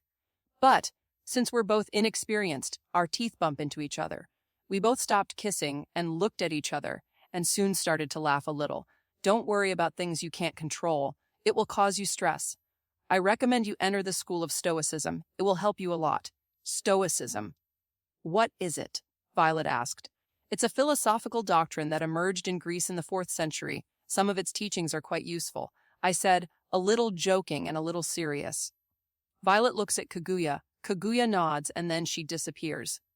For a moment, I saw her running towards the door. She probably went to buy a book or something. I'm slowly getting used to Kaguya's speed, but I still can't follow her with my eyes. But two bitches. As I expected, more things happened after I bit Violet. I can think of 2 things that happened. I bit the other 2 female voices like I did with Violet, which I think is very unlikely. After all, Violet said the ritual can only be done by one person. Or those 2 voices did something to me. I'm inclined to believe this one since Violet is quite protective of me, and I don't remember what happened in the ritual either. Well, it's no use thinking about it too much now. I'll just keep this in mind until I find out more. I have to sort out more important things now. Currently, I am at the university. Before going to the university, I passed my job and resigned from McDonald's. I plan to earn money in a more practical way. I will rob thieves. Think about it. If you have the power of a superhuman, what will you work for? Be a good law-abiding citizen. PFF, the politicians themselves, are the ones who steal the most, and they are the people who run this town. They just don't get caught because they know how to hide their tracks. So if I steal from a thief who stole from someone else, am I not a good person? Of course, the money would be mine, and I wouldn't pay that money back or anything like that. But before that, I need 3 things. First, I need a fake SSN, a fake ID, and a fake bank account. As I don't know about this, I will ask Violet or Kaguya. They must know something. Second, I need a black mask. Third, I need a black uniform as cringe as possible. Those clothes that could only exist in anime like Tokyo Vampire or something like that. I need to make a persona, a thief who steals from other thieves. Fourth, this is optional. I need some music. Imagine from John Lennon Vogue. Why do I need this song? No reason, and the sound of the piano soothes me too. I plan to listen to it while I'm at college. First, I will rob thieves and make easy money. Then I will put this money in a bank in a tax haven. By doing this several times, I can solve my money problems. I could make it easier, I could just charm all the corrupt politicians and thieves, etc. But I will avoid doing that for now. After all, I believe the Inquisition has something that can track vampires. That's not too hard to deduce, assuming they hunt vampires. Honestly, this organization would be flawed from the start if they had no means of tracking down vampires. For now, I just need money. When I get money, I will think about what to do next. I'm at college alone. Violet is at my house. She said something about renovation or something. Before she left, I had to, unfortunately. I almost cry blood when I think about it again. Cough. Unfortunately, I had to delete my hardest game ever folder. More than 2 terabytes of videos were deleted. I cried blood when I hit the delete key on my computer, but it's all for the greater good. Yes, it's all for the greater good. I keep repeating that sentence in my head like it's a mantra. I can't have Violet finding out about that folder. Goodbye, bachelor life. Goodbye, my porn. As I walked around the university, I noticed that people were looking at me differently. Before, they just looked at me and ignored me, but now they're looking at me with a shocked face, and sometimes they let out a sigh of disbelief. Hey, do you know him? A woman spoke in a low voice to her friend. He looks familiar, but at the same time he doesn't look familiar. The friend replied. He looks high-tie. Heard it from somewhere. I still think the captain of the basketball team is better. Well, woman says, well, I've changed a lot. Anyway, I walk towards my classroom but suddenly stop when I hear the sound of a basketball. Is our team playing today? I was curious. I am thinking about what to do now, but as I had decided that I just wanted to have fun at college, I decided to go to the basketball court. I was always interested in playing basketball. Before I couldn't because of my disease, but now I clench my fist and the sound of bursting air is heard all around. What is that? Several people started to question. Did it look like something broke? A man said, let's check the lab. A man spoke.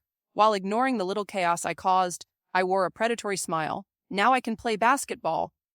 I walked to the basketball court and, upon arriving at the basketball court, I see the university team playing a friendly match with the reserve players from the same university. They must be training. I pull my black sunglasses out of my pocket and put them on my face, and as soon as I activate my vision, my world turns red. I don't know why I do it, but it's kind of become a habit when I smell some weird smell. And when I walked into this court, I could smell something.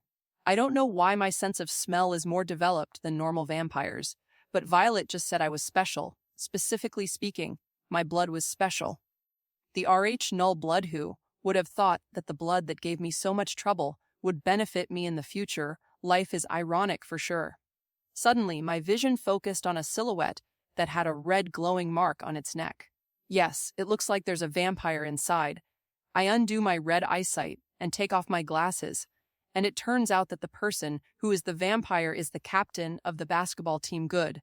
Just the person I hate the most. Llewyn Davis, the captain of my high school basketball team. If you ask me which person I hate the most, I would name this man. Because of my illness, I was always in an anemic state, but that doesn't mean I couldn't do physical activities. In the past, when I was 20 years old, I was supervised by a physical educator who was my friend, and with his help, I could do light exercise. I've always had a craving since I was a teenager. I wanted to play sports. Do you know what it feels like to want to swim, play basketball, run, exercise, and not be able to? Because of my illness, I couldn't exert myself too much because if I tried too hard, I would pass out. In some of the worst cases, if I tried too hard, I would spend a week in bed at the hospital. But despite that, my doctor said I could do light exercise. And for me, that was enough. I just wanted to get a basketball and play a little, even if I was alone. But this man, Llewyn Davis, he wouldn't leave me alone. Every time I trained, every time I tried hard at something, he would come towards me and say, this is pathetic. Why is a loser like you striving for something useless? You should just stay in a hospital bed. And right after that, he hit me and threw me to the ground while saying that I shouldn't have been born, that I was just a burden to my mother. The classic bullying that you can see in any American movie. He didn't hurt me too much. He just pushed me and told me I was useless, while also saying that my mother shouldn't have given birth to me. But I still wouldn't give up. I wasn't doing it for him. I was doing it for me. However, with time, I started to hate him. I accepted him talking about myself. It doesn't affect me so much, but my mother. That is unforgivable. I knew that what I was doing was useless, and that my condition didn't allow me to exercise. But he was the person who kept reminding me of how useless I was. If there's one good thing about this situation, it's that I never cried or showed any weakness. I can be physically weak, but I refuse to cry in front of anyone. I refuse to show weakness. There's a glaring difference between being bullied and accepting bullying. I never accepted what happened to me, but unfortunately, I couldn't do anything. One day I tried to report this to the director, but the director just ignored it, so I did what any sane person would do. I gave up practicing and waited for an opportunity to get revenge. Unfortunately, that opportunity never came. Someone was supporting Llewyn Davis, and I didn't know who it was. I didn't want to tell my parents either. After all, that was my problem. It was about my pride. I had to solve it myself. Looking at Llewyn, I can see the vampire mark with my vision that I call vampiric vision. When I saw that brand, I understood everything. He had support. Precisely speaking, the support was from the master of this man. A noble vampire. Why did I deduct this? Llewyn was just a boy who suffered from a disease that made his muscles weak, but for some reason, everyone forgot about it, and he got better all of a sudden. I had forgotten about it too wrong. It would be wiser to say that Llewyn's support was none other than a vampire, and I, as an ordinary human, couldn't do anything against that force. But now things were different. I see the basketball bouncing and stopping in front of me. "Hey you! Throw the ball over here!" Someone yelled at me. I look at the ball and a smile appears on my face. I catch the ball in my hand and I start to bounce the ball on the ground as I walk slowly towards the court. When I get close to the court, I position myself for a toss, and I throw the ball like an experienced basketball player. The ball travels across the court and lands directly in the basket. Everyone who saw this display of precision looked at me with disbelieving looks. What I did was impossible for the average human, but it's not totally impossible. NBA players can do it with a lot of practice, but I just used my vision combined with my vampire senses, and for me, that was pretty easy. To be honest, I didn't need to position myself to throw the basketball, but if I didn't, it would be pretty weird, right? "Victor," I heard a voice in disbelief. I look at the man. He is 190 centimeters tall with light brown hair and brown eyes. He had a delinquent rebel look, boasting a muscular body and a sharp look. "Hey, Llewyn, did you miss me? Is that Victor?" The skinny one. What happened to him? A player standing next to Llewyn asked out loud. I flashed a smile that for a moment showed my sharp fangs.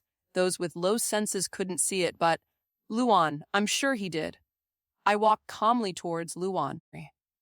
379 days, he spoke with an irritated growl. It's been 379 days since the moment you decided I was a good punching bag. As I walked towards Llewyn, the players on the court started to get out of my way. They felt an invisible pressure forcing them to move. It was like if they didn't get out of the way, something really bad would happen to them. I'm a very mean person, you know. I can't let grudges be washed away by the river of time.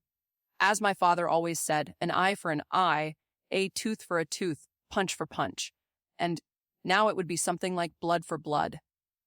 I stopped in front of Llewyn and looked up slightly. He was a little taller than me, and as always, he had that cocky look on his face like he was superior to everyone. I don't like that. What do you intend to do? You're just a humble. Llewyn tried to say something. I gently place a hand on Llewyn's shoulder, and with a forceful gesture, I bring him to his knees. Crack! The ground around him broke like a spider's web. Ah, Tilda! Yes, that's the vision one. That look of disbelief, that look of someone who thought he was on top only to be taken off his imaginary throne. But that's not enough. My smile starts to grow. I lower my head and approach Llewyn. Slowly, my smile starts to grow erratically. Slowly, my teeth, like shark fangs, start to show. And slowly, with a ragged smile that almost borders on insanity, I say, "You had fun, right? Treating me like crap, hitting me saying I was useless, bad-mouthing my mom. It was fun, right? I bet it was. After all, You always had a smile while doing it, right? It was like you were playing with an insect that could break at any moment, right? I put some strength in my hand and I felt his shoulder break. But I ask you, now what? I must give Luan credit. He didn't show any expression when he felt his shoulder being broken. Looking at my fangs and my bloodshot eyes, he understood that I was just like him, and soon an angry growl came out of him. You're just a newborn? He tried to get up, but he just stayed where he was. He didn't expect me to have that much strength. Who gave you permission to get up? He looked at me with a shocked face that made my smile grow wider and wider. Luan, is everything okay there? Someone asked. Why? Yes, we're just talking. Hearing the student's murmurs, I click my tongue, annoyed, and release Luan. My expression is back to normal, my teeth back to normal, and my eyes back to their bright blue. Now that I am Kamamer, I thought this place has a lot of people. I walk over to the basketball and pick it up. Let's settle this the old-fashioned way. After all, we're not barbarians, right? I commented with a small smile. I notice his shoulder has already healed, as expected from vampire regeneration. I threw the ball to Luan. When Luan caught it, the force of the ball made him slide away from where he was. It just demonstrated once again how much stronger I was, even for a vampire who has been transformed for more than 1 year like Luan. I think my blood has given me some unexpected benefits. Huh. 1-on-1, I said, while holding up my finger. Whoever scores 7 points wins. Each ball in the basket is worth 1 point. In case of a tie, we continue to play until a player has 2 points more than the opponent. Simple, right? I spoke with a small, innocent smile. Huh. Why are you coming in here and treating it like the court is yours? A player spoke. I just looked at the player with a disinterested look. He was 160 centimeters and looked like a very active teenager. The player started to boil with anger when he saw my gaze. When he was going to start screaming again, Luan said, "Okay, let's play." Luan gets up, and that arrogance that I had eliminated in the previous conflict comes back stronger. Hey, yes, that's how it's supposed to be. He has to act. Can't break that easily? I won't be satisfied otherwise. It was decided that the judge would be a player who was too small to play on the basketball team. The two opponents used the entire court. On one side was Victor, a former aspiring basketball player, and on the other side was Luan, the captain of the basketball team. What is happening? Asked a red-haired woman. Hearing the woman's question, a man quickly turned around and replied, apparently, the captain of the basketball team is going 1-on-1 with an aspiring basketball player. They seem to have a history together, said another woman who was nearby. What do you mean? What happened? Asked the red-headed woman. When that man arrived, the woman pointed at Victor. He immediately got into conflict with the captain of the basketball team. It looks like the captain of the basketball team was bullying. Or something. That man with the blue eyes. Oh. The red-haired woman looks at the captain of the basketball team with a dangerous look. Isn't he that idiot's servant? The red-haired woman thought. But what are you doing here, Ruby? Shouldn't you be in med school on the other side of the building? Answers the woman while looking at Ruby. Ruby is a red-headed woman. She has long red hair that reaches her waist, green eyes, and pale skin like she's running out of blood. She's wearing a red sweatshirt with black jeans and athletic sneakers.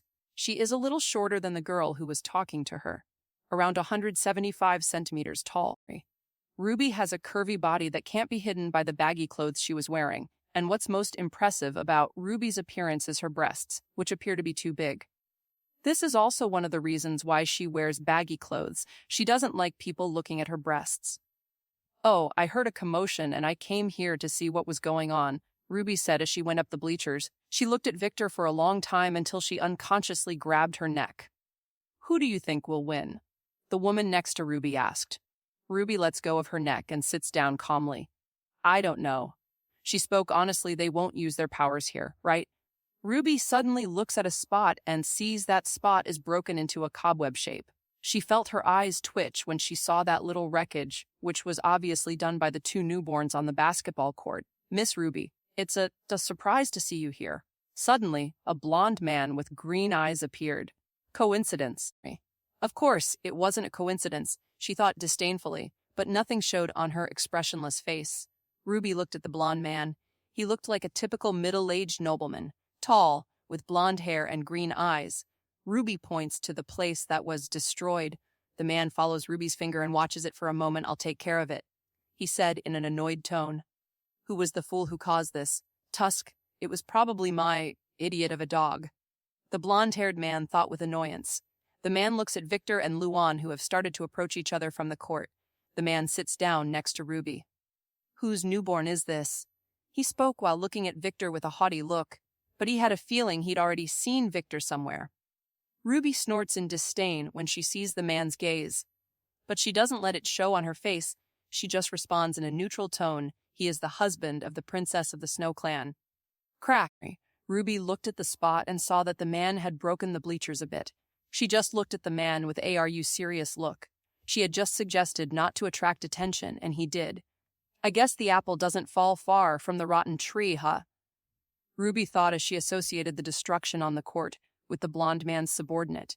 Ha ha ha, you have got to be kidding, right? A plebeian with the princess of Clan Snow has hell frozen over and I didn't know about it. Ha ha ha ha. Ruby was tempted to further tease this man by saying that the Snow Clan princess wasn't the only one, but she was silent. Corneliu. I hope you punish your subordinate after this event. You know we don't like attention. Yes, of course. He will definitely be punished. The now known man Corneliu spoke up. Ruby looked at Corneliu and saw that the expression was distorted with hatred. Ha! Did just learning that Violet has a husband cause him to go crazy like that? Men and their inflated egos, ridiculous. Ruby thought in disdain. As soon as the whistle blows, Ruby loses interest in Corneliu and looks at the court with neutral eyes. The match was about to start. On one side was a pale man with bright blue eyes and dark black hair. He was wearing a red and white uniform with the number 69. It was a standard basketball player's uniform. While this man warmed up, women couldn't help but stare at the defined muscles of that man with a little lust in their eyes. Catching the girl's eyes, Victor looked around and thought, when did this become a show? Well, let's have fun. Victor displayed a toothy grin, but unlike before, those teeth weren't changing into shark-like teeth. It was just a normal smile that showed all of his white teeth. Suddenly, Victor looks towards the bleachers. He could feel something in the bleachers calling to him, but he couldn't identify what it was. What are you doing, Lady Ruby? Corneliu asked Ruby, confused when he saw her suddenly duck. I am just picking up something that fell, Ruby replied neutrally, as she wondered, Why did I hide? Why did I hide? You fool. Losing interest, Victor focused on his opponent. A tall man with brown hair and brown eyes, he looked like a delinquent. He was the man who made Victor's life hell for a year.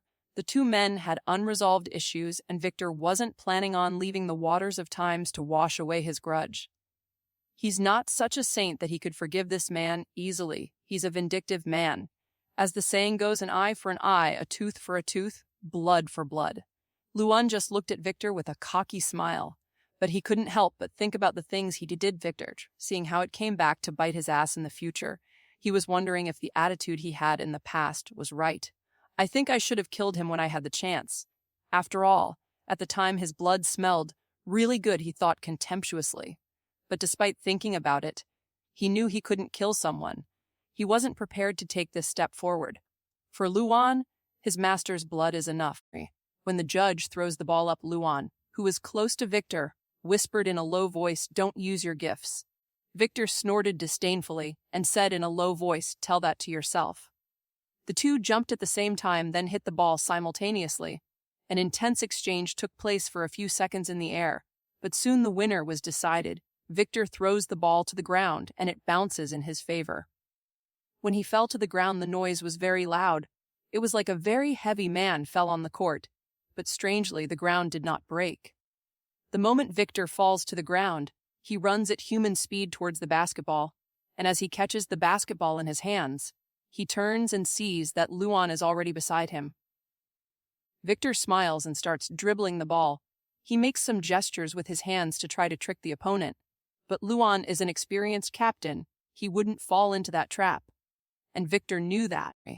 Suddenly, Victor brings the ball to Luan's face and drops the ball to the ground. In making this sudden action, Luan's attention was completely focused on the ball slowly falling to the ground, but before the ball could land on the ground, a pale hand suddenly appeared and caught the ball. My God, did he fake out the team captain? Wow, I can't believe he fell for such a simple trick. Someone from the stand spoke up. When Luan hears this, He grits his teeth in frustration and turns to chase after Victor. Victor runs while dribbling the ball to the middle of the court, and when he entered the circle of the court, he suddenly jumped. Everyone just stared in shock as they watched a human jump from the middle of the court and slowly reach the basketball hoop and bury the ball.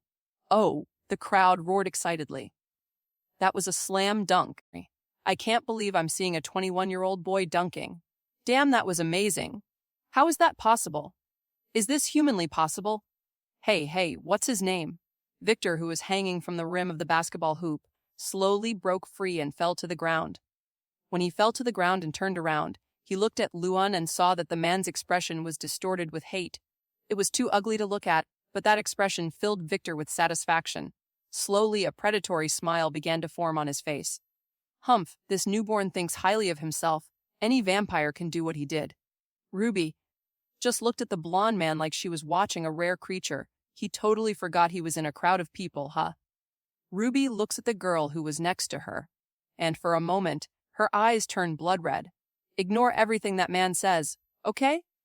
Okay, the woman replied in a robotic tone.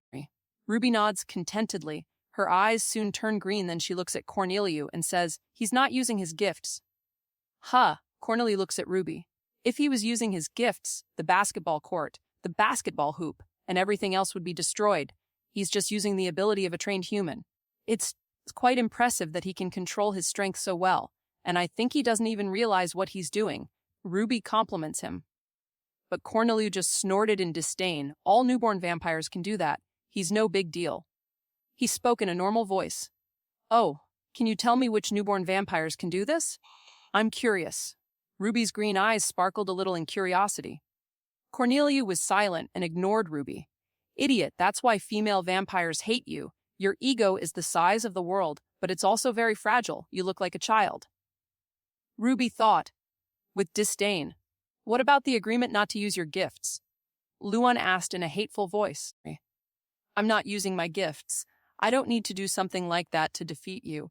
Victor spoke in disdain while maintaining an arrogant smile. Luan's face twists into hate. We'll see if you don't need to use your powers, he said in a hateful tone. He seems to have totally forgotten what he said a few seconds ago. Again, both opponents were in the middle of the court. The referee throws the ball up and blows the whistle. The two opponents jump towards the ball, and again they fight in midair for a few seconds. But this time Victor loses. Luan falls to the ground and catches the ball. He turns around and is about to run towards Victor's basket, but is stopped by Victor standing in front of him.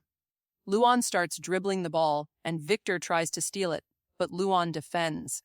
It looks like the team captain has the advantage now. Of course, he wouldn't lose to a beginner. One of the captain's most fanatical fans spoke. Luan and Victor start running on the court. One was trying to make a basket and the other was trying to steal the ball. Getting irritated by the impasse, Luan tries to push Victor using his vampire strength, but Victor doesn't move. Crack! Oh! What was that loud noise? Are they okay? I think I heard a bone breaking, someone near the court yelled. You're right, I heard a cracking sound like something had broken. A man standing next to him spoke. The audience was right, a bone broke, and it wasn't Victor's. Huh? Why are you wearing that pained expression? Will you cry? Just what are you made of? Luan asked in shock as he felt his ribs healing. He tried to take down Victor, but it felt like he was trying to bring down a mountain. Victor patted his chest and said, I'm just built different. Luan huffed. He suddenly pulled away from Victor. Is he trying to do a long shot? Is he crazy? He's not even in the middle of the court yet. Even if he's the captain, that is impossible for him to do, right? He's crazy. He really threw the ball. Fool, Luan said. Victor looked at the ball in the air and started running towards the basket he was protecting. Arriving at the basket, he just waits patiently for the ball to come down. If the ball enters the basket, bad luck for him. But if Luan misses, he is prepared for a counterattack. The entire crowd just watches anxiously as they wait for the ball to drop. The ball hit the hoop. He missed! Someone from the crowd shouted. Heh, looks like the goddess of luck is not favoring you today. Victor takes the ball and looks at Luan, who was running towards him. As he looked at Luan, he thinks, the goddess of luck is a bitch. One time she pays attention to you, but eventually she loses interest and looks at someone else. So I don't need her. Victor positions himself to throw the ball. Don't tell me. Will he try to throw the ball from the end of the court? He's crazy, that's impossible. He's definitely not going to make that. Realizing what Victor is going to do, Luan increases his running speed with only seconds left before he gets in front of Victor. Too slow, Victor said. Suddenly, Victor changes position and holds the ball with one hand, then he throws the ball. As soon as he threw the ball, Victor started running at high speed. Huh. What is he planning? Bam! A thunderous noise was heard on the court. Everyone looked stunned and saw that the ball hit the panel above the basketball hoop and bounced. Do not tell me! Was that his plan? Ha ha ha! Victor chuckled with a manic smile on his face that showed all of his teeth. Suddenly, Victor jumps up, then catches the ball in the air and buries it in the basket. Oh, this man is insane. Is he really human? How did he run from the end of a court and still manage to catch the ball in midair? Fool! He planned it, and you didn't see he ran before he threw the ball.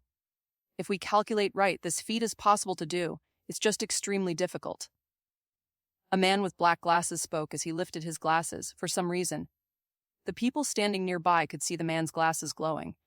Victor lets go of the basket's hoop and falls to the ground. Then he looks at Luan with the same smile that shows all of his teeth. Is this all you can do? He teased him again. Luan's expression starts to distort again. His expression was something to behold. He was extremely angry. Who does this newborn think he is? He comes to my territory and challenges me. Who does he think he is? He's just trash. I do not accept this. Seeing Luan's is constantly changing, Victor just smiled, then smiled even more. He looked like a child who found a fun toy to break. Oh, right. Luan spoke in a smug tone as if he realized something. I think I shouldn't hold back anymore. Victor stops smiling and looks at Luan. Noticing that his atmosphere has changed, he says in disdain, Ha! And what happened to the agreement not to use powers? You've been using your powers from the start. Don't expect me to follow that rule. Tusk. It looks like your brain is smaller than a dog. Actually, saying you have a dog's brain is very offensive for the dog itself. After all, at least dogs are loyal, Victor said while pointing to a local. Luan followed Victor's finger, and the moment Luan saw a man with blonde hair and green eyes standing in the stands, he froze. Corneliu made a gesture with his mouth, and Luan seemed to understand what Corneliu had said. Looks like the dog found its owner. Victor flashed a sneer. And what will you do? Victor asked as he smiled again. Are you going to obey your owner, or are you going to continue? Decide. How good a dog are you? Make up your own mind. Choose.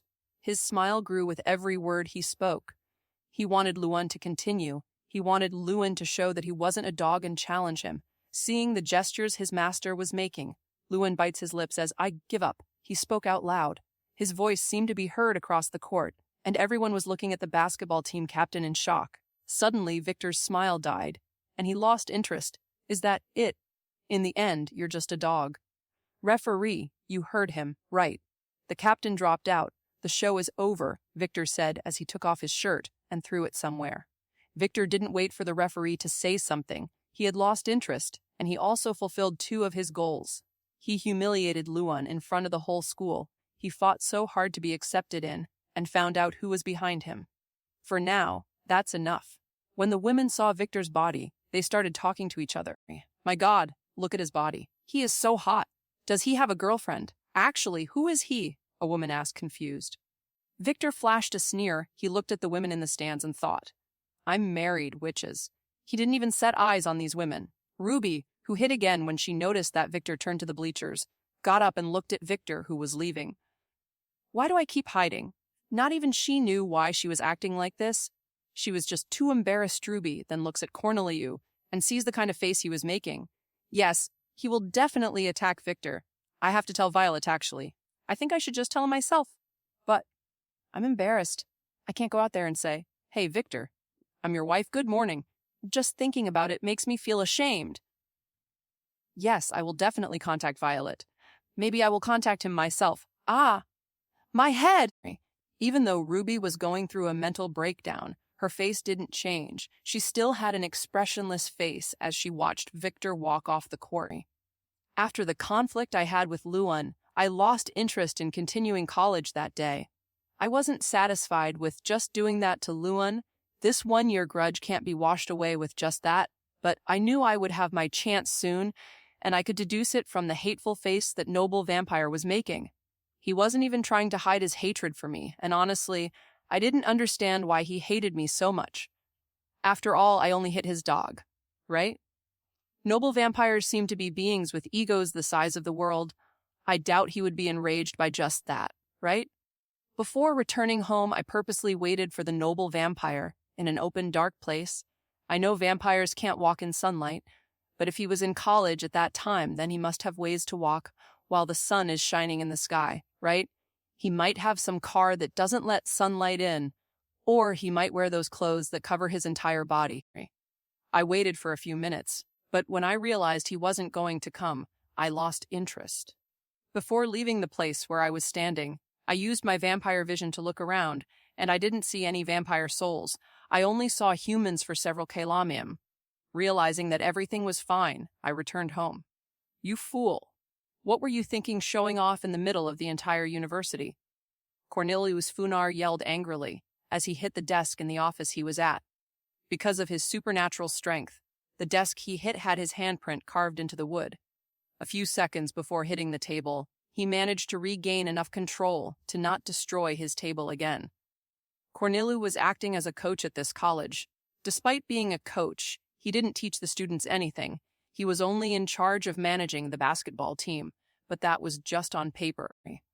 The reality was he wasn't doing anything. He was abusing his vampiric charm to stay in this school in an attempt to win the heart of Ruby, one of the 4 flowers of the vampire world.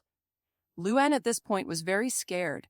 He might act like a king in college, but he knows that in front of the vampire who gave him his gifts, he was nothing more than a slave. Luan knows that noble vampires are arrogant beings. They think the world revolves around them, and they have a planet-sized egos, but that ego is as fragile as glass. At least that's what Luan thinks of noble vampires. After all, he's only been in contact with a single noble vampire since he became a newborn. Luan looks at his master, Cornelius Funar, Airhouse Funar, a spoiled vampire who thinks he's the center of the world. Luan still remembers the day he was in a hospital bed and a young man who looked like a fairytale prince showed up to help him. He felt he was chosen to be that prince's knight, but the reality was much more difficult than he imagined. This prince was nothing more than a spoiled vampire, but as he helped him out of that deplorable condition, he still feels gratitude to his master. You have nothing to say, Cornelius yelled angrily. Luan remained silent. He knows that no matter what he says, he will suffer the punishment anyway. After suffering from it for a year, he's already used to it. Torture is something very light when you get used to it. As long as my master is not touching my family, for me, a little torture is nothing. Tusk Cornelius ignores Luan and starts biting his fingers, as he starts to think this was a habit he had since he was a child. A few minutes later, Cornelius thought of something. He looked at Luan. I'll save your punishment for later, but first, we must kill that newborn. Cornelius changed his aim. He thought that if he killed Victor, he would be free to court Violet. Now that he knew Violet was in this town, he thought of it as an opportunity. Luan opens his eyes wide. Why should we kill him? He stuttered. Despite being a vampire for over a year, Luan still hadn't killed a soul. He always drank his master's blood after all. Are you questioning me? If I say do something, you do it. Don't forget your position here. Cornelius spoke with a distorted face. Why, yes, Master Luan stammered. Cornelius nodded in satisfaction.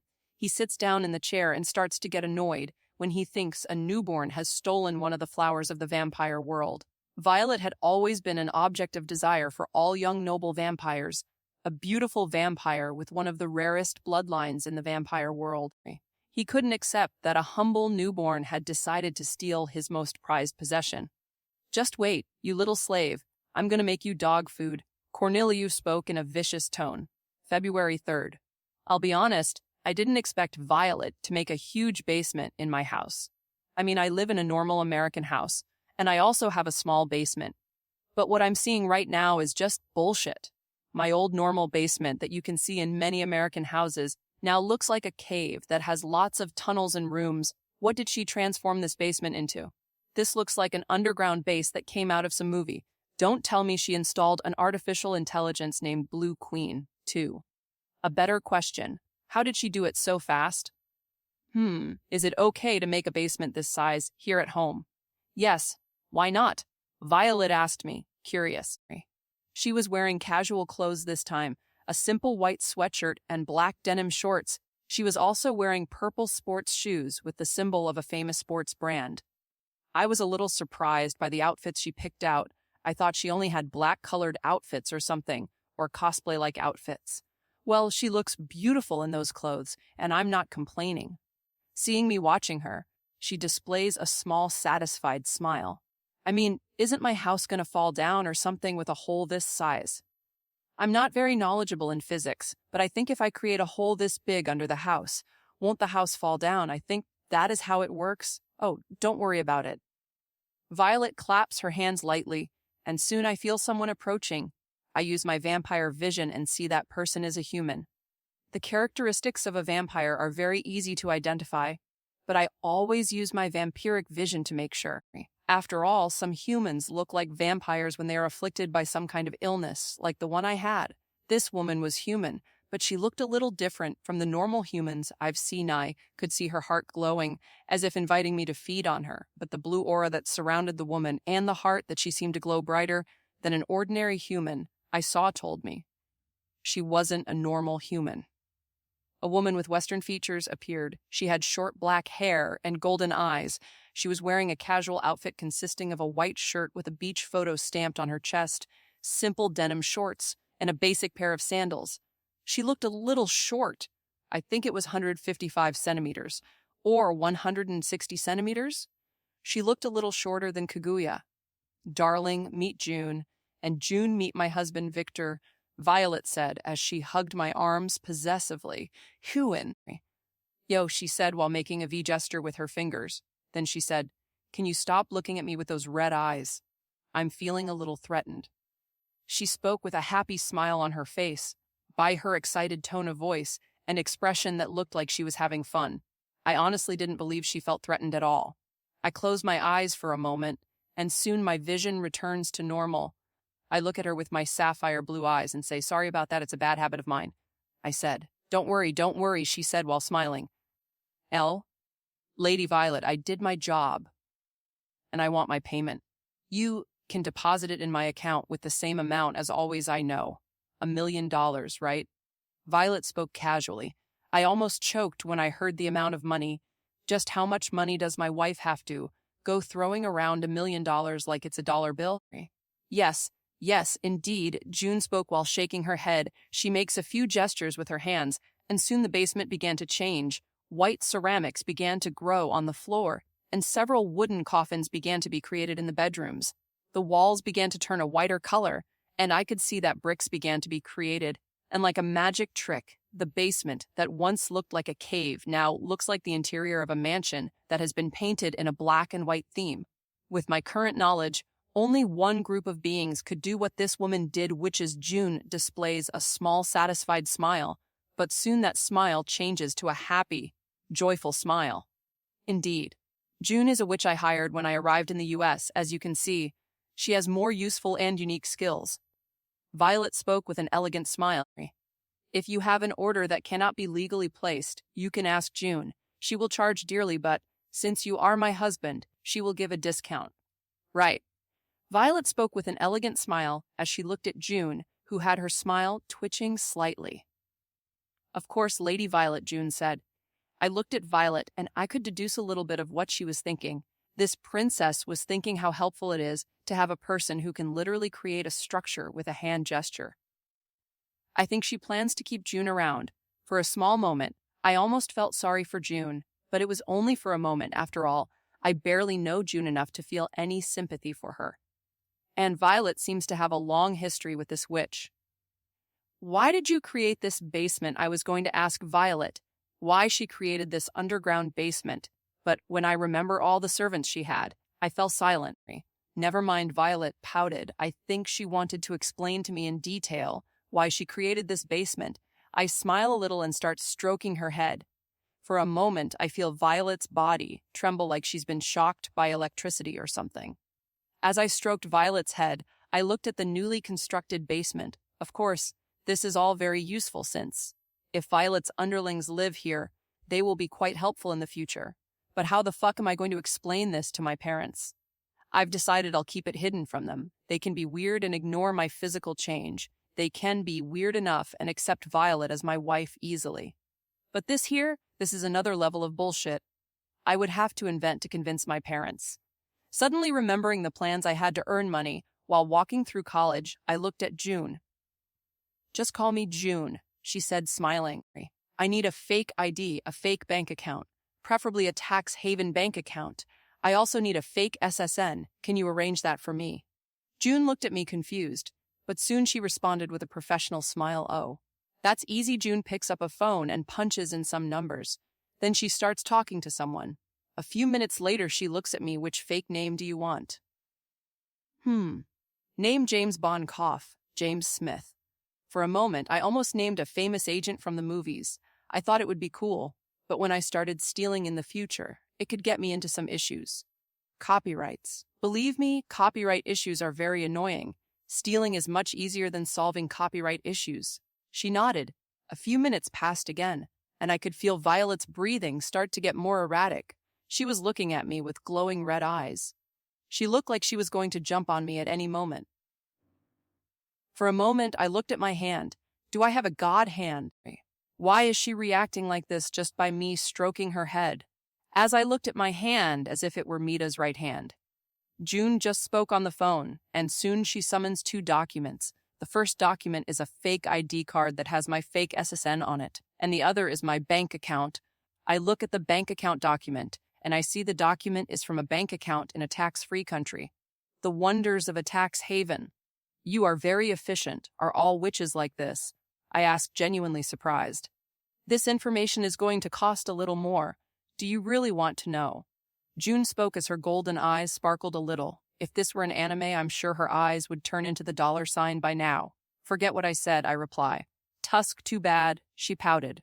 "She's really greedy. Huh. Well, at least she's honest."